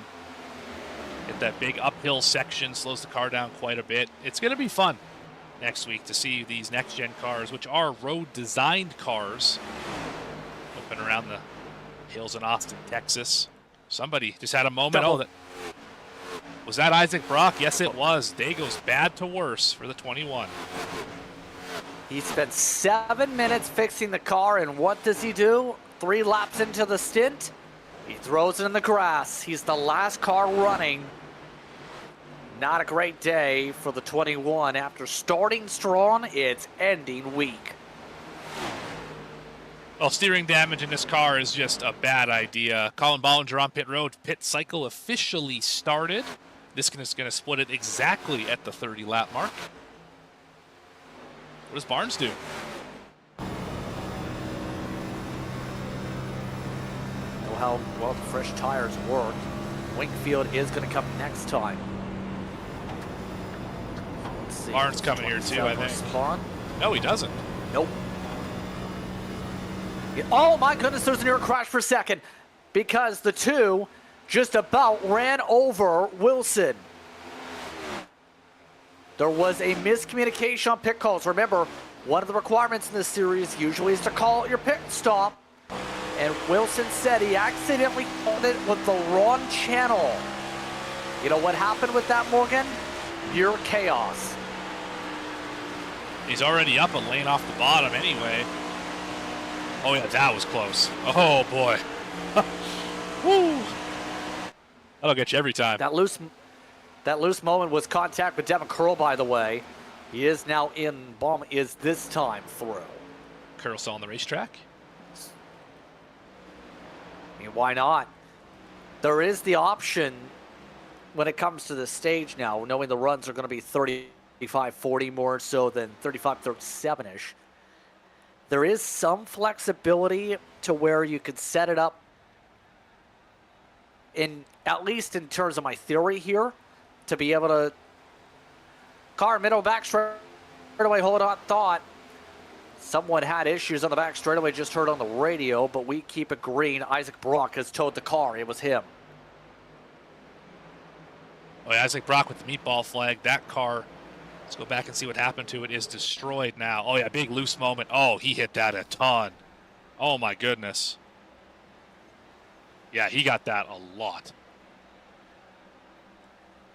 And he towed from the top of the racetrack, no caution. As we stay green here. I was about to say here, Morgan, on the strategy play, doesn't make sense for the second stint to run it green, but it sure gives you a little bit of flexibility on the choice here when you're going to be up to 10 laps fresher tires to try and gain some ground here. Yeah, if I'm staying out now, if I'm one of the drivers that hasn't pit yet, run it out on fuel. There is really no question about it. You've already made your bed. You're going to lose a lot on the short run. Just keep running it out and go until the tank's dry. You get yourself, as you said, JP, a little bit shorter final run, and that could be beneficial on tires. Look at this gaggle. And look at this, 3 wide, up the middle Barnes. 17 scrapes the wall. As there's the usage of fresh tires coming into play. 29-second, 30-second lap times. Near 31-second lap times for those who are staying out here. So remember, every lap stayed out here by those on the old tires, they lose about a second, Morgan. You're just hoping that you can get 0.3 a lap back for the entirety of the run, and then hopefully the math makes sense. Time black flag, illegal pit entry for the 9. Has to be speeding in that situation. Adds to what's been an up and down night for the 9, including back in the field with his pit entries before. Also coming in Corey Jones as we look around. We're coming up to 51 to go. We are expecting some of those drivers from the gaggle we were just watching to come in. Hunt just put the hand out the window. Devin Curl can still keep going here. Chooses not to, but he'll be on pit road. Yes, Cochran going to keep going. Also, the nervous part for the rest of the field is Barnes, Bollinger, Wade, Winkfield, Wilson, Baum. They're all a lap down. So anything happens on the racetrack, Caleb Hunt, black flag, illegal pit entry. So Caleb Hunt, who is having a great night. Yet again, the trends follow from last year now with a different number for the 19. He also misses pit stall. Cochran, not pit from the second line. And Cochran continues to stretch well. Drivers like Robertson, problems just now on pit entry. As things stretch for the 88, the 17 just had his hands full here. You remember, there are bumps at the very outside of where that white line is, Morgan. Right. The 17 hit it and nearly snapped right. He snapped it left to get in the cone. Yeah, this car does not like bumps. Any kind of movement that shifts the air through the diffuser, this car is not a fan of by any stretch. So got to be very careful getting on and off pit road. Cochran and Pollock now on the pit lane. Gillen will be the second to last driver to pit. Zach Davidson also electing to run this one all the way out. Don't blame Davidson, don't blame Gillen for their calls here to try bank on a caution flag. Now Davidson, he's clutch and coasting here. Yeah, there's one more strategy we haven't talked about yet.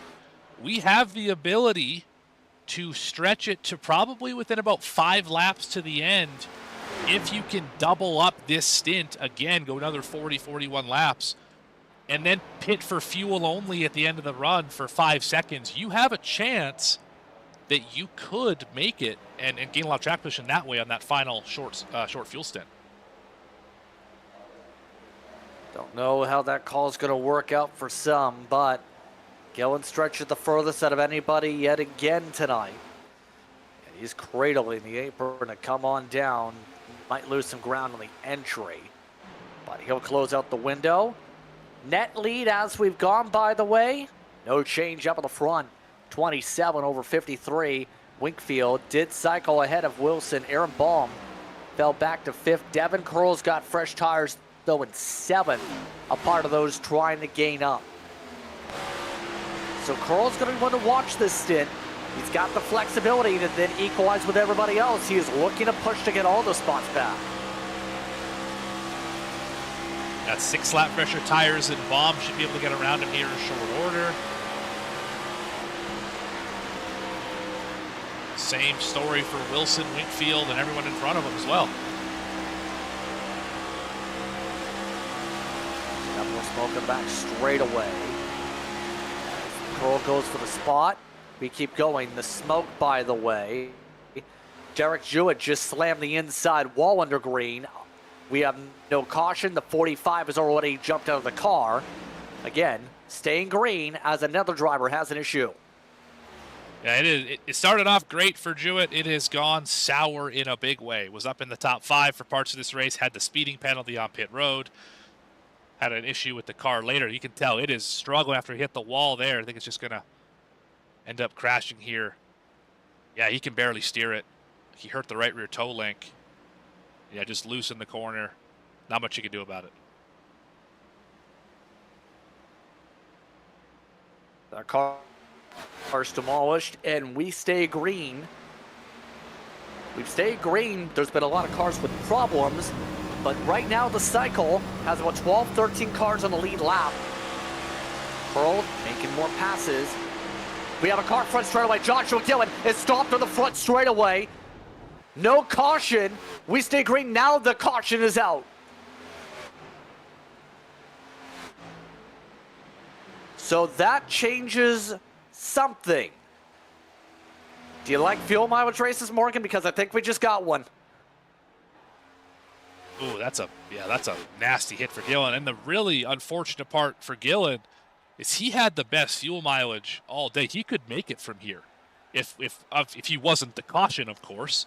He's in a great spot to be able to make this on the 43 laps, but yeah, that's no longer an option for him. With the heavy damage on the nose, that's going to hurt the fuel mileage and hurt the speed, of course. Yeah, fuel mileage racing. This just became one a little bit. I think we're going to be okay to make it on fuel. Who this really helps are drivers who stayed out. My thought here is some clutch and coasting going to be required here as the drivers try and make sure they get behind the pace car. And that might actually impact some of the calls here. Looks like the leaders will come down. Remember, with pacing laps, the majority of the field has gone about 40. Right. They will have to go the longest, including pacing laps tonight. So the fuel estimated lap total is going to be 3 laps past what we've seen, but we have seen a few drivers stretch it that limit. Let's see. We might see a lot of fuel onlys or 2 tire calls here too. Barnes is taking some tires. Curl is taking tires. Cochran is taking tires. It looks like the lefts and rights going up for a vast majority of the drivers. You know who's going to win the race, though? It's the 93 of Wilson. He takes the edge because he took 2. Yeah, so did Pollock as well. I think if you need a track position, that's the right call. But if you're up at the front, you have to take 4 tires here. This is the last, I think, clean reset that we're going to get in this race, where you have the ability now to reset. You got 1 run in front of you. If you can save enough fuel, put 4 tires on it, and make sure that you are in good shape to make it to the end. If you need a track position, though, like Wilson and Pollock did, also a great opportunity to get some of that for free. We do have a few drivers hoping for a caution, possibly. Jones is coming down, but drivers like Hunt, Hinson, Kime, Gillen, despite being involved with the caution flag, are all going to take the wave. They will have to pit and are not going to be in that fuel situation. The choose is coming up here for everybody else. Next lap. There's Wilson. They are choosing here. Oh, was this where to lap? go. Okay. That was just a lot of the. That was a muddled choose to start. My goodness. Apologies for cutting through. Was about to say. Yeah, they've turned a lot of the tracks to quickie yellow tracks, Morgan. If you're a lap down, you are on an island. Absolutely. I just see muddled at the start. A lot of drivers kind of on that bottom lane, but not necessarily in line. That's what I was confused about, if we were still pacing or if we were at the choose. Regardless, field is happy, and I believe the choose was good. For this, 40-lap dash to the end. So it's up in front, Isaac Wilson. Outside will be Alex Pollock. Then Christian Barnes alongside Rayshad Wingfield. Followed by Bonjour and Curl. Will start alongside John Ullman, who's now in the top 10 with all this. Robertson and Joey Beam will start on the next on the outside, but Beam is a lap down car. The next in the lead lap is a wave around in Gillen. So we have 9 cars that are on the fuel mileage strategy the rest of the way here. EOL for the 9 as well to factor in. Get ready for your clutch and coasting. 41 laps to go. Everybody going to try and stretch it. Green, green, green. And the outside was way discombobulated there. I think that was by design. Front row were teammates. I think Pollock wanted the bottom, and he got it. Wingfield just about wrapped the top, and look at Barnes. He went on the apron to get away to the inside. Here comes the move, though, for Bollinger. He wants to go 3 wide, 4 wide as Wingfield goes up to the wall. Pollock thought better of that. He lifted, and that would have been 4 wide on the exit, and they probably all would have crashed. Barnes trying to get the point away from Wilson. He goes to the inside. He will dive down and take that spot easily. Bollinger did the best job cutting through traffic. Started the furthest back. Oh, wreck behind him. Joey Beam's around. Round goes to 41. Great save. One driver joins on the bottom. No caution. That was Davidson who nearly cleaned him out. Oh, another slide. We have more slide. That was Lauren Vincent still sliding on the racetrack. Oh, and right in front of the 5. Caution flag is out. There goes the fuel mileage race as him and Wade make contact. And Wade does a burnout alongside Vincent. I think he got stuck afterwards. I think he got stuck on the quarter. Let's start that one off with the 41, and then we'll watch what happened shortly thereafter.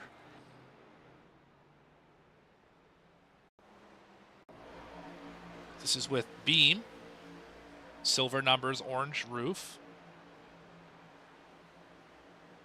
Running that top side, I think just had a moment here. Yeah, caught the wall and Hinson got into him. In fact, Beam had the same thing happen to him yesterday. Then already checkups in the first place.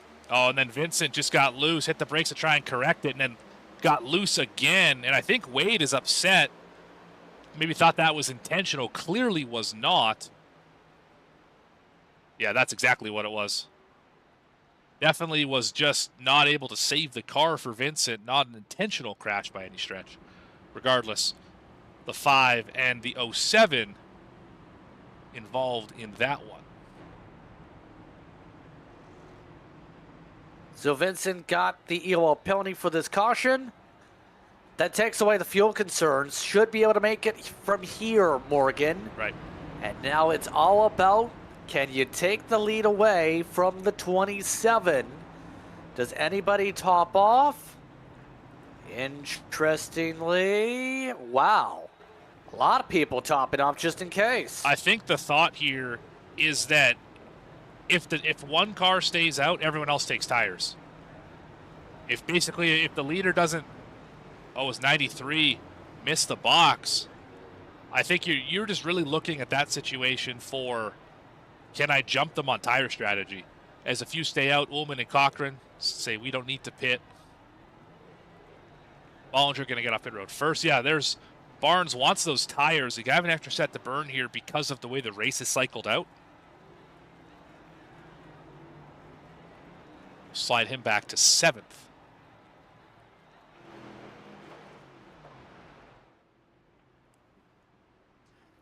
So, field getting sorted out for the lap cars. Ullman and Cochran are going to roll the dice here and hope they have enough mileage to the end here. Hope the track position plays out. Now, should see Beam drop back here. He is 17th. Right. But everybody else going to be definitely good to go for the fuel. We did have a couple cars take 4. Pollock, Baum, and Hunt all elected to burn a set. And they will be on a little tiny bit fresher tires, but not have the same track position as Beam has peeled on down, and we come to the choose.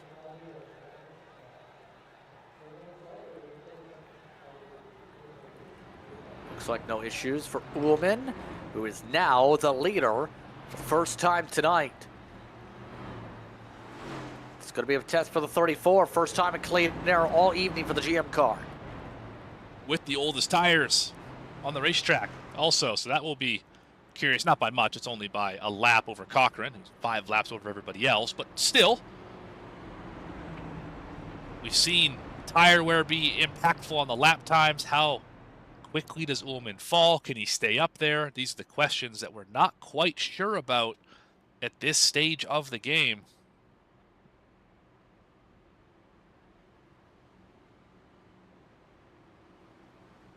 So Cochran controlling from the outside of the Gremlin machine. The C4 car Cochran next. Right. Bollinger and Curl are right behind him with Wingfield, Robertson. Barnes chose the bottom. Alongside him was Wilson, Pollock, Hunt. Works out perfectly for those who took the wave around. They're in the ball game. But with 35 to go, the question is, will everyone be able to stay within the confines of this ballpark?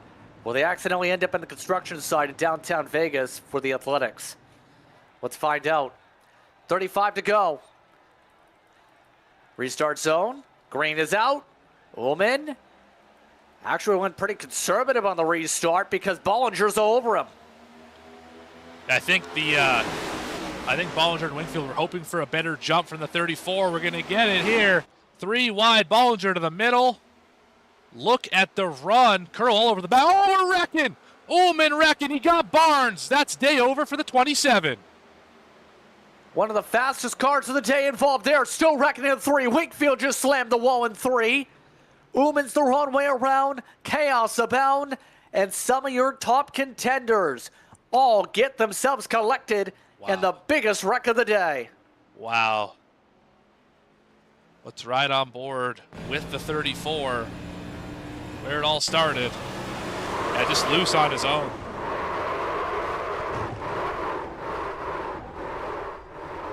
Get a better shot from here, maybe. Go back to the restart. And we just saw this car get loose out of 2. Collected the 27.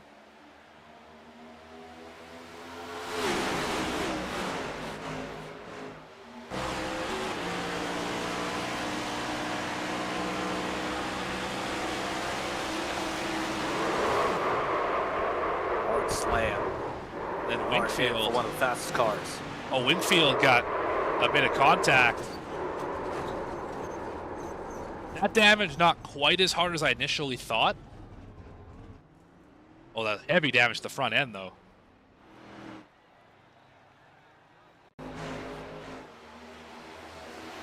Got gotten to the back at 17 at least twice. Watch this here.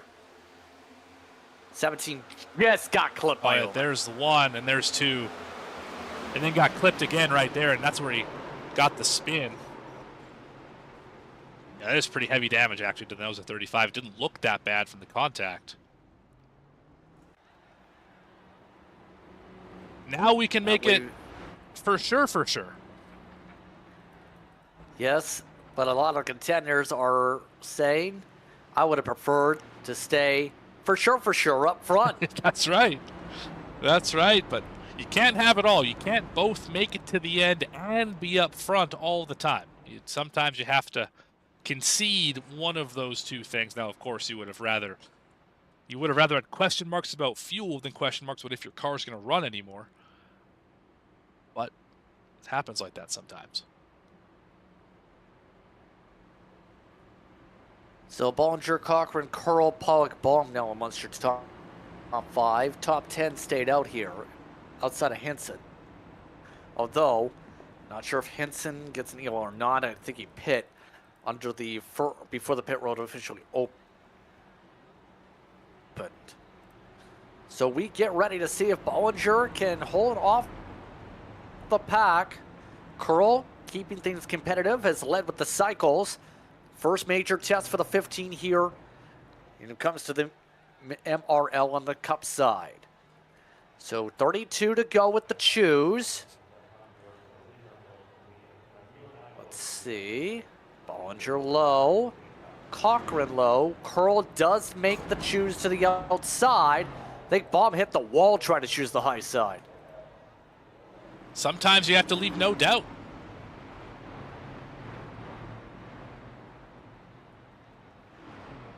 Yeah, I am. There was a very late choice there with the 2. We'll see if that's a call or not. I think he saw he would have been restarting second on the top, and opportunity like that this late in the game, you got to take it, no matter if it's the lane you want or not. Choose is good, they said. Choose is good. So 10 cars are in the main pack, give or take. 9, in fact, should say. The rest of the field trying to gather up. Richie Kime is the last of those cars. But as we get set to go here, remember Cochran, he's amongst those that has a little less fuel than everyone else. Everybody else should be in the decent cycle. Baum and Pollock pit after their wave around and their later tire set situations. They have slightly fresher rubber than most of the field. 31 laps to go here in Slim Chickens action. Pace car is off. Bollinger in control with the green. Curl. He's going to lose some ground here as Cochran tries to get up to speed on the inside. Yeah, did not get a good jump. Curl didn't anyway. 3 wide behind him for a moment. Restart under review just heard. So we'll have to find out if there's an issue with the restart situation. Remember, you can't change lanes, for example. 2, digging at the bottom here. Not able to get alongside Wilson as Wilson tucks behind for a second to pick up draft. Now Curl is still in the attack in front as now they go side by side as well behind him. How rough this racetrack is on the bottom. Car's still bottoming out this late in the race. No issues with the restart. Race control just confirmed over the radio. 2, now trying to get back around Pollock. Pollock not really able to go too much places right now with the slightly fresher rubber. Couple laps difference, not making the difference with the tire heat cycles on them. And it looks like the 2 will zip around and make the pass. Bollinger starting to run away, by the way, but Cochran's keeping the pressure up for second. He is not backing down. Here he goes again. Oh, we got tight. Big time tight moment for the 88. He's going to put him in the fence. Oh, man, that is not what you want to see if you're Devin Curl. Steppers flaring from Curl. Yeah, Damage. I can understand why. He got put in the wall big time there. Here's the interesting part. Curl, I don't think, ended up with damage.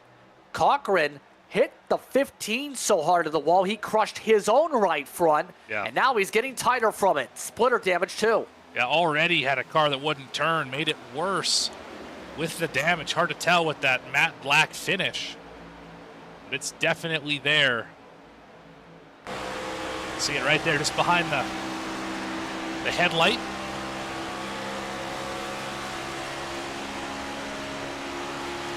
It's going to be a bit of a battle for him to wrest the way to hold on with that damage, to say the very least. But all that fighting has given Bollinger a 0.7 of a second cushion. As big slap of the wall, I believe that may have been Pollock as well. Some of the drivers who were involved in the incidents, like Wingfield, they're just trying to recover here. Wingfield dealing with left side damage to the front end.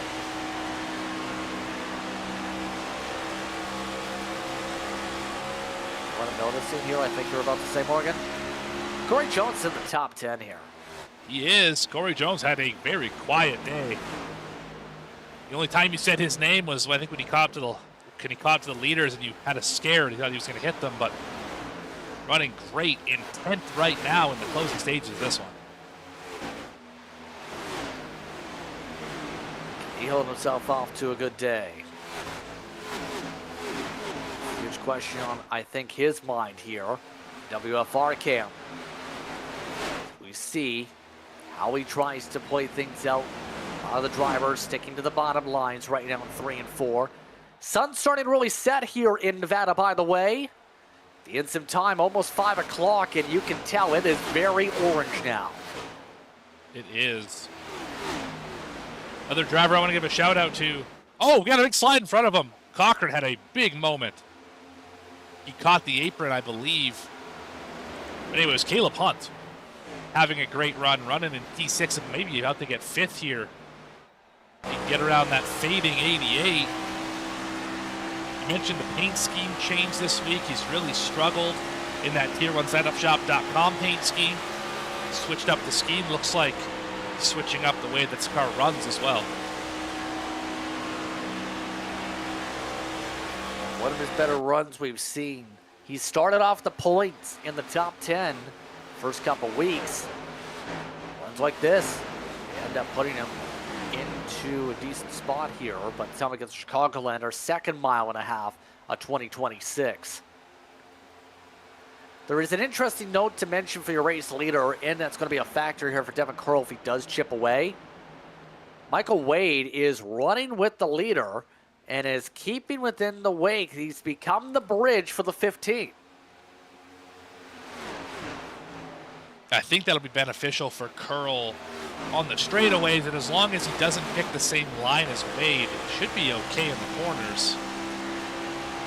The gap is falling between first and second.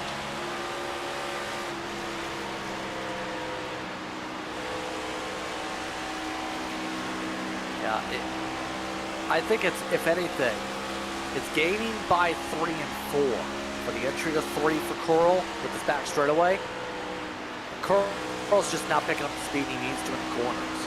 Just went to the bottom there. He has lost a 10th over the course of the run so far. But it's going to require possibly some luck here. Under 20 laps to go. Here's the side-by-side with Wilson, by the way. Cochran after his slide. He's going to work the high groove. Good cut for Hunt. He goes to try and pass a couple. Probably going to get one down here in 3. Should be able to clear Cochran. Yes. Wilson squeaks away.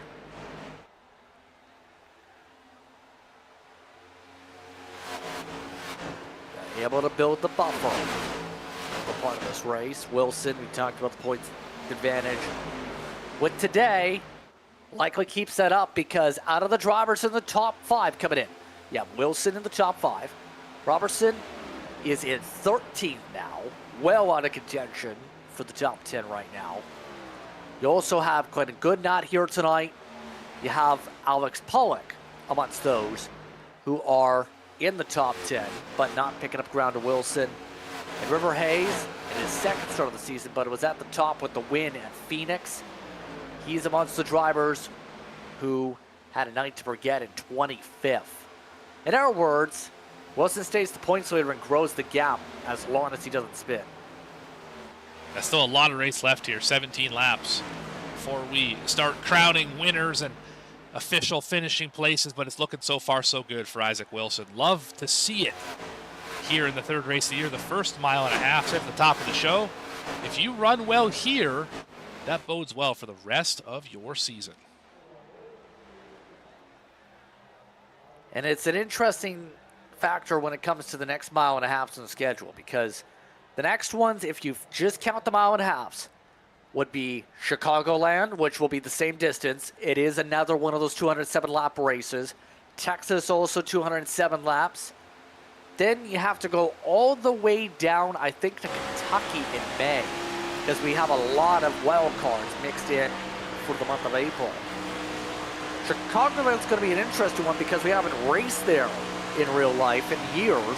Having the sim, but not necessarily in a while. We'll see how Chicagoland does with the spring date in Mystic. That racetrack, a lot rougher than this one is, that's for sure. Cars will be bouncing all over the place at Chicagoland. Kentucky, not very smooth either. Be interesting what this car is able to do at that track when we get there way later. And then Texas is, with the two different ends, this car races decent there in the sim. It's just all about the exit of turn 2. That does the entire lap. That tells you how well it's going to be. I mean, with Kentucky, it's kind of the same thing as Texas with the two different ends, by the way, because 1 and 2, remember, have a bit more banking than was the hardest turn 3 in all of stock car racing. Right. So things to chew upon and think about here, because there's a lot of different short tracks in that stretch and a couple road courses as well as a dirt race and a 2-miler before that gets Kentucky. But with 13 to go, still keep an eye on some of the battles like Corey Jones, Gavin Henson in the top 10 after he's gotten his car fully repaired. Yeah, let's talk about Henson for a minute. Good. What a rebound. I mean, this car was destroyed. He was up at the front of the field and fell like a rock with the massive front end damage. Now he's sitting here in 9th with an opportunity to have a great points day in what was an excellent battle. There goes the 39 to the inside.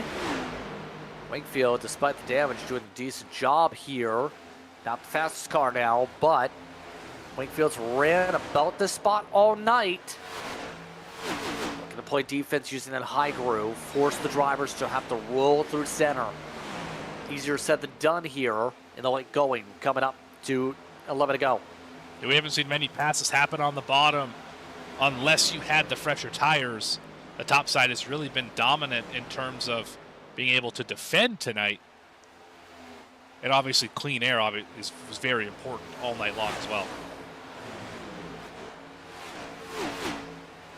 Clean air is king when it comes to this package. We've seen that over the course of this run. The drivers, the dirty air, yeah, they've been able to keep all together, but for the most part, once you break that draft, it's so hard to close.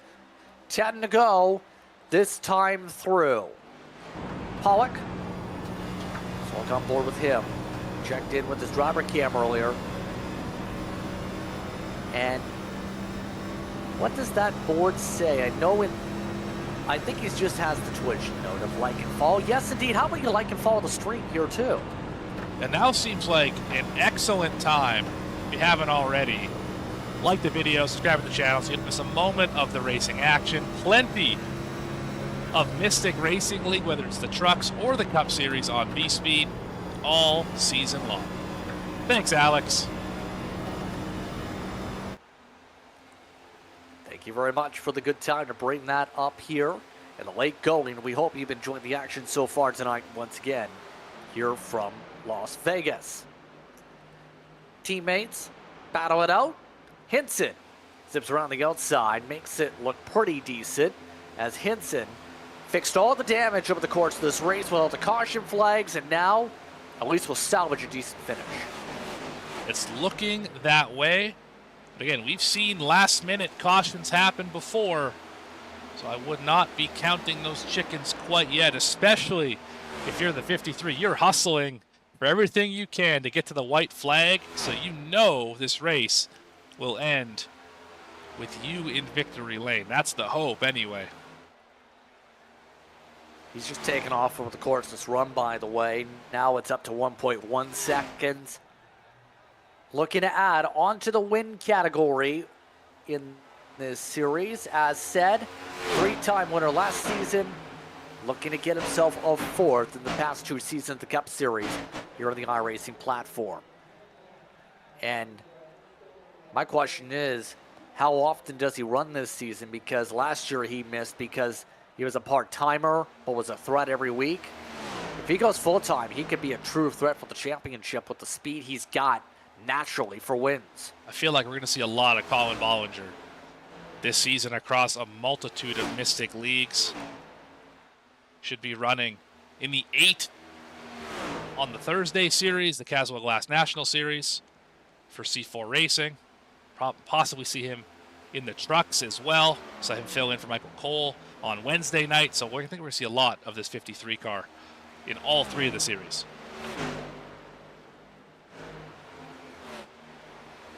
Well, 5 laps to go, taken.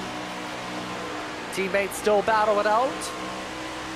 Comes the question, which paint scheme do you like amongst the 39 and the 63? They are basically inverses of each other. And that's the thing. You have teammates, you're just looking to have some fun, clean racing at the end. Don't wreck your teammate. Yeah, definitely, especially because Gavin's the team owner. You don't want to wreck Gavin. I would say I like Gavin's scheme just a little bit more than I like that Corey Jones paint scheme. I like the black base. But it's cool how they use the same color scheme.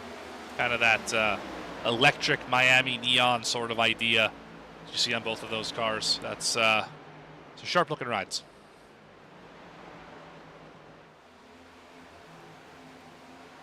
Field looks like he's, for the most part, comfortable in his buffer, by the way. Still salvaging 8th after being a 7th place car much of tonight. Down to the final 3 laps here from Las Vegas and the Z-Max 500. Here's a look at how Cochran's doing. You see the traffic has now migrated to alongside and behind him. Wait, no issue for him. Cochran, despite the damage, still in the top 10. Not likely to fall back much further as we come up to 2 to go, though. Final stretch here. Hunt securing the top 5 just about, but Bollinger just needs to go around for 3 more miles. You're just hoping that everyone keeps it tidy. 1 more lap. We've already done so many of them green. Just keep it tidy, and you will end up having a great day. Just has to get through 3 and 4 for the final time, second to last time, I should say, as we take the white flag. 1.5 miles from a first win this season. Final time around for Colin Bollinger. Team Delusional has looked steady to start off here in the 1.5 miles. We've seen both Winkfield and Bollinger carry speed, but in the end, the 53 is the one who's able to make the strike for the 3rd time this season. It's a different winner. And this time, it's a driver that's won before in Mystic. Colin Bollinger wins at Las Vegas. Bollinger gets it done by more than a second, almost 2 full seconds the interval. Curl and Baum on the podium with Wilson and Hunt getting top 5s, Morgan. It's just a dominant day. 78 laps led for Bollinger. Ran well, was up at the front pretty much the entire day. Obviously, his biggest competition. Early in the run, early in the race, the 95 had issues. Middle of the race, 27 also had issues. Curl just not quite enough to keep up. Bollinger's going to get that win here today. So most of the field peels on off, but the 53 will get to burn it on down here tonight in style. And that attempt at a burnout did not work out to start. These cars don't love burnouts. I can confirm.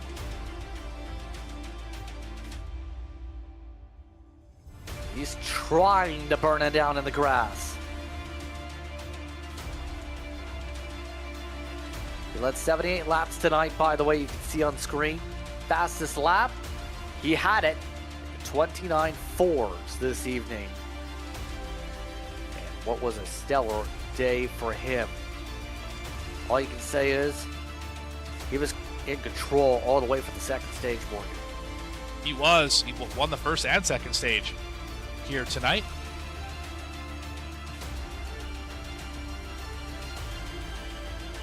Indeed, he'll get the chance to get the victory here tonight here on V-Speed.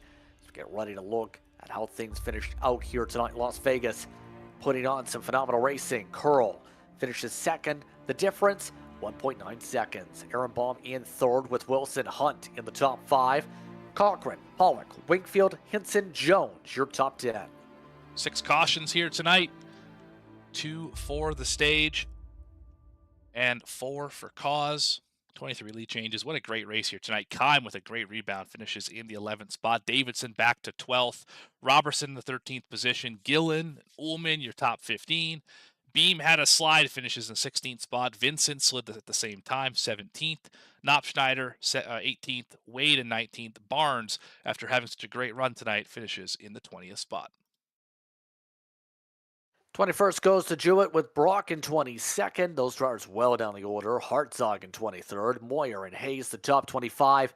Kelly, Holston, Lewis, White, and Fipner are the top 30.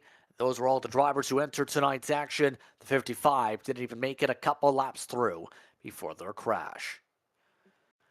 But as we get set to transition, getting ready to jump our way to victory lane, what was a competitive one here tonight.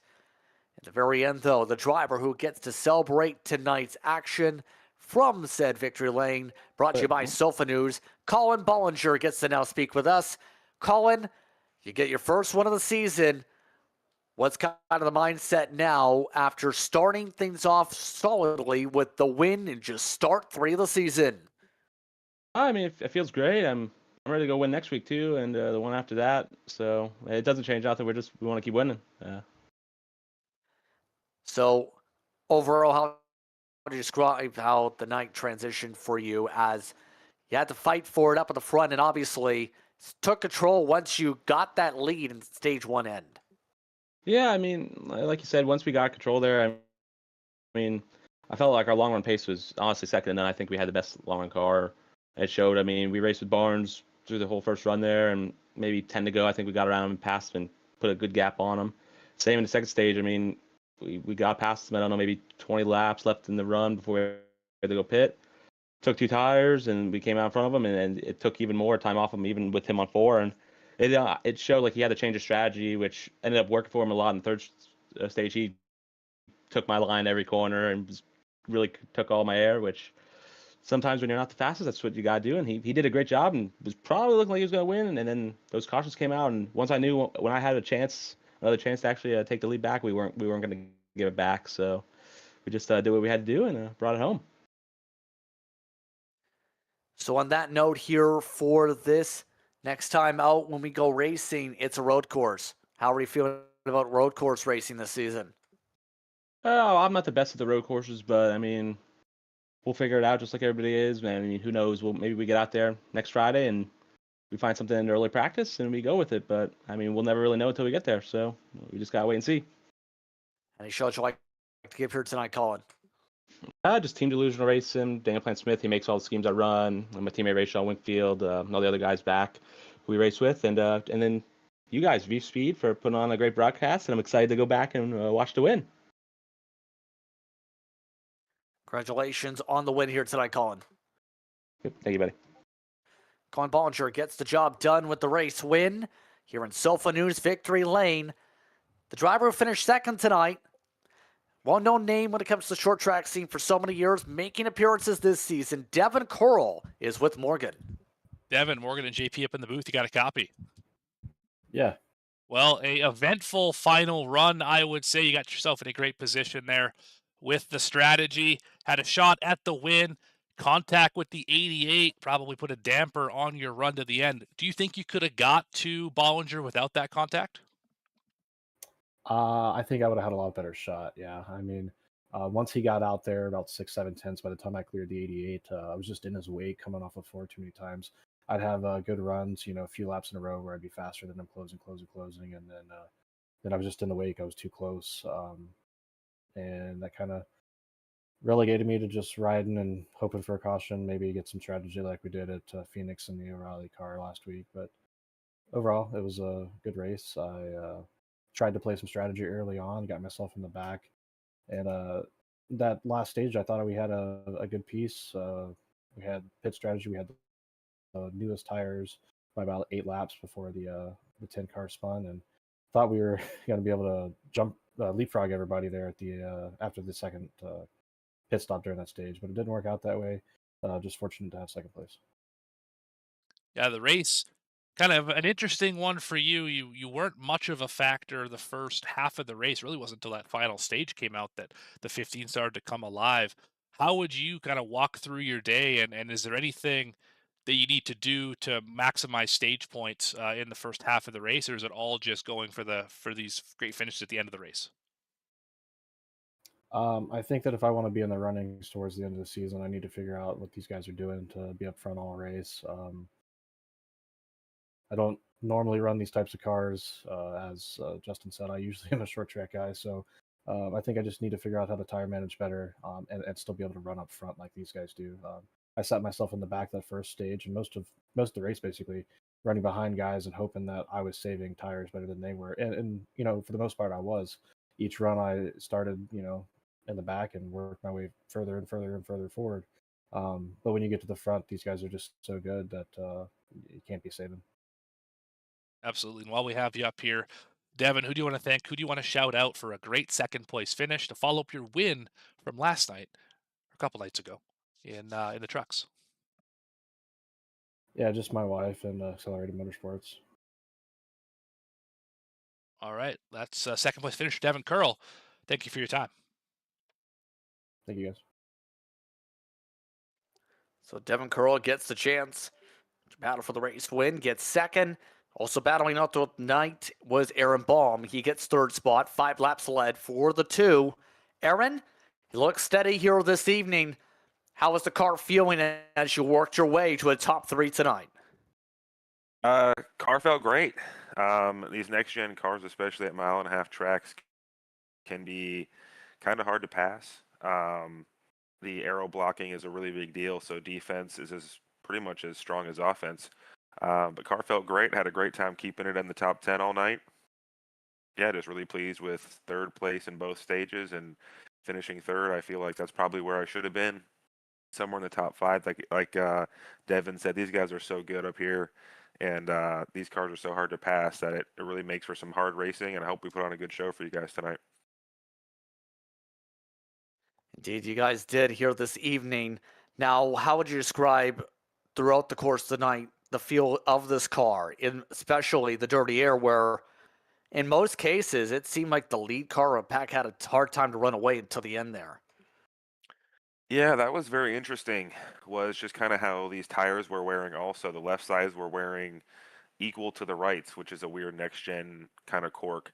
But yeah, like the leader could, with the clean air, he could take the lead, but with the way these things draft, you can never really quite break too far away. Somebody was always pace managing off of the leader, I reckon. You see what the leader's doing, and you just kind of pace manage off him and try to save just a little bit more tire. These cars at this track, you can really drive it in deep, and the car will want to stick. So you kind of could take advantage of that if you needed to, make up some ground. But for the most part, it was a big tire save. And driving to the limit while still saving tire, it's a very hard thing to do. So on that note, we've seen how well you've done at super speedways. We've seen how well you've done on speedways. Now, how well are you at driving road courses because Coda's next week? Oh man, that's the thing, right? Is I tell my teammate Derek Jew, I tell him all the time. I say, hey man, I think we're better road course racers than we give ourselves credit for. We've done a handful of Daytona 24s. And that's about it. So that's about as much as the left side of my paddle shifter gets used. Looking forward to it though. I think road courses, especially in the Xfinity series or O'Reilly series car, which I'm going to be racing in next week also, at Coda. I'm just really looking forward to it. I think that's a great testament to driving ability, braking, managing your tires, understanding the course, but also understanding what you can get out of the car. I'm looking forward to it. I mean, I think we can finish in the top 10 at a road course. I think all of us at the damn shop are going to be really happy. Anyone you want to thank for this race tonight? Absolutely do. I want to shout out Colton Loomis with Non-Typical Designs, hooking us up with the best paint schemes for the damn motorsports guys. I also want to thank my best friend Lewis Halton and New California Coffee Essentials, based out of Wilmington, South Carolina. He is a great local coffee dealer for non-dairy coffee creamers. So he does a good job with that. So we want to thank him. He's going to be riding with us all season long in the New California scheme. We want to thank all the guys back at the DAM shop, Derek Aaron Motorsports. I want to thank Derek Jewett for being an awesome friend. Dude's also my best friend. He's my brother, my older brother. And without him, I'm not sure where I'd be, especially on the racing stuff. He's been awesome. Look forward to racing all year with him. And looking forward to racing with our teammates, Michael Wade, Adam Holston. And just want to thank everybody as part of the damn shop. I want to thank you guys for putting on an awesome event in V-Speed. You guys always put on a great event. And I want to thank Brandon for putting on these events as well as the head honcho. But that's all I got, guys. You guys do an awesome job. I can't wait to go back and watch the broadcast. Well, on that note, congratulations on the run tonight, Aaron. We'll see you next week. Thank you guys so much. Aaron Baum comes away with the third spot tonight. Like the entire top three for speaking with us during post-race coverage here on V-Speed. On that note, Morgan, a busy night. A lot of strategies, but in the end, the Mystic Racing League put together a strong performance. It sure did, and I wouldn't expect anything less. We ran 207 laps and had 4 cautions for cause. Really a great race. Had a fuel mileage race going. Caution shook it up. I mean, just excellent racing throughout the field. There was drama. There was everything you want out of a mile and a half we saw here tonight. And next week, we end up going left and right. The full course at COTA is going to be a challenge. Because remember, last year in real life, NASCAR did switch over to the shorter version with a alternate layout of the west layout. Now this time out, it's going to be a full layout for COTA. That'll be interesting to see how these drivers are able to navigate that. And we have road course races all weekend for the Mystic Racing League, Detroit with the trucks, and COTA for both the Caswell Glass National Series and the Slim Chickens NASCAR Cup Series powered by Tier1SetupShop.com. Both of them are going to be at that same road course. I imagine we'll see a lot of double duty next week trying to get some track time for COTA. And we'll see that happen once again. Start time approximately 8:07 is when we should be going live. But it's just about time to say goodbye after tonight's coverage of the Z-Max 500. For our producer and commentator tonight, Morgan Cook, for the camera producer and Dougie Beer, I'm Justin Prince saying so long. Enjoy the rest of your day. You've been watching tonight's coverage of Slim Chickens Cup Series Racing, powered by Tier 1 Setup Shop. We'll see you next time we go racing from Texas.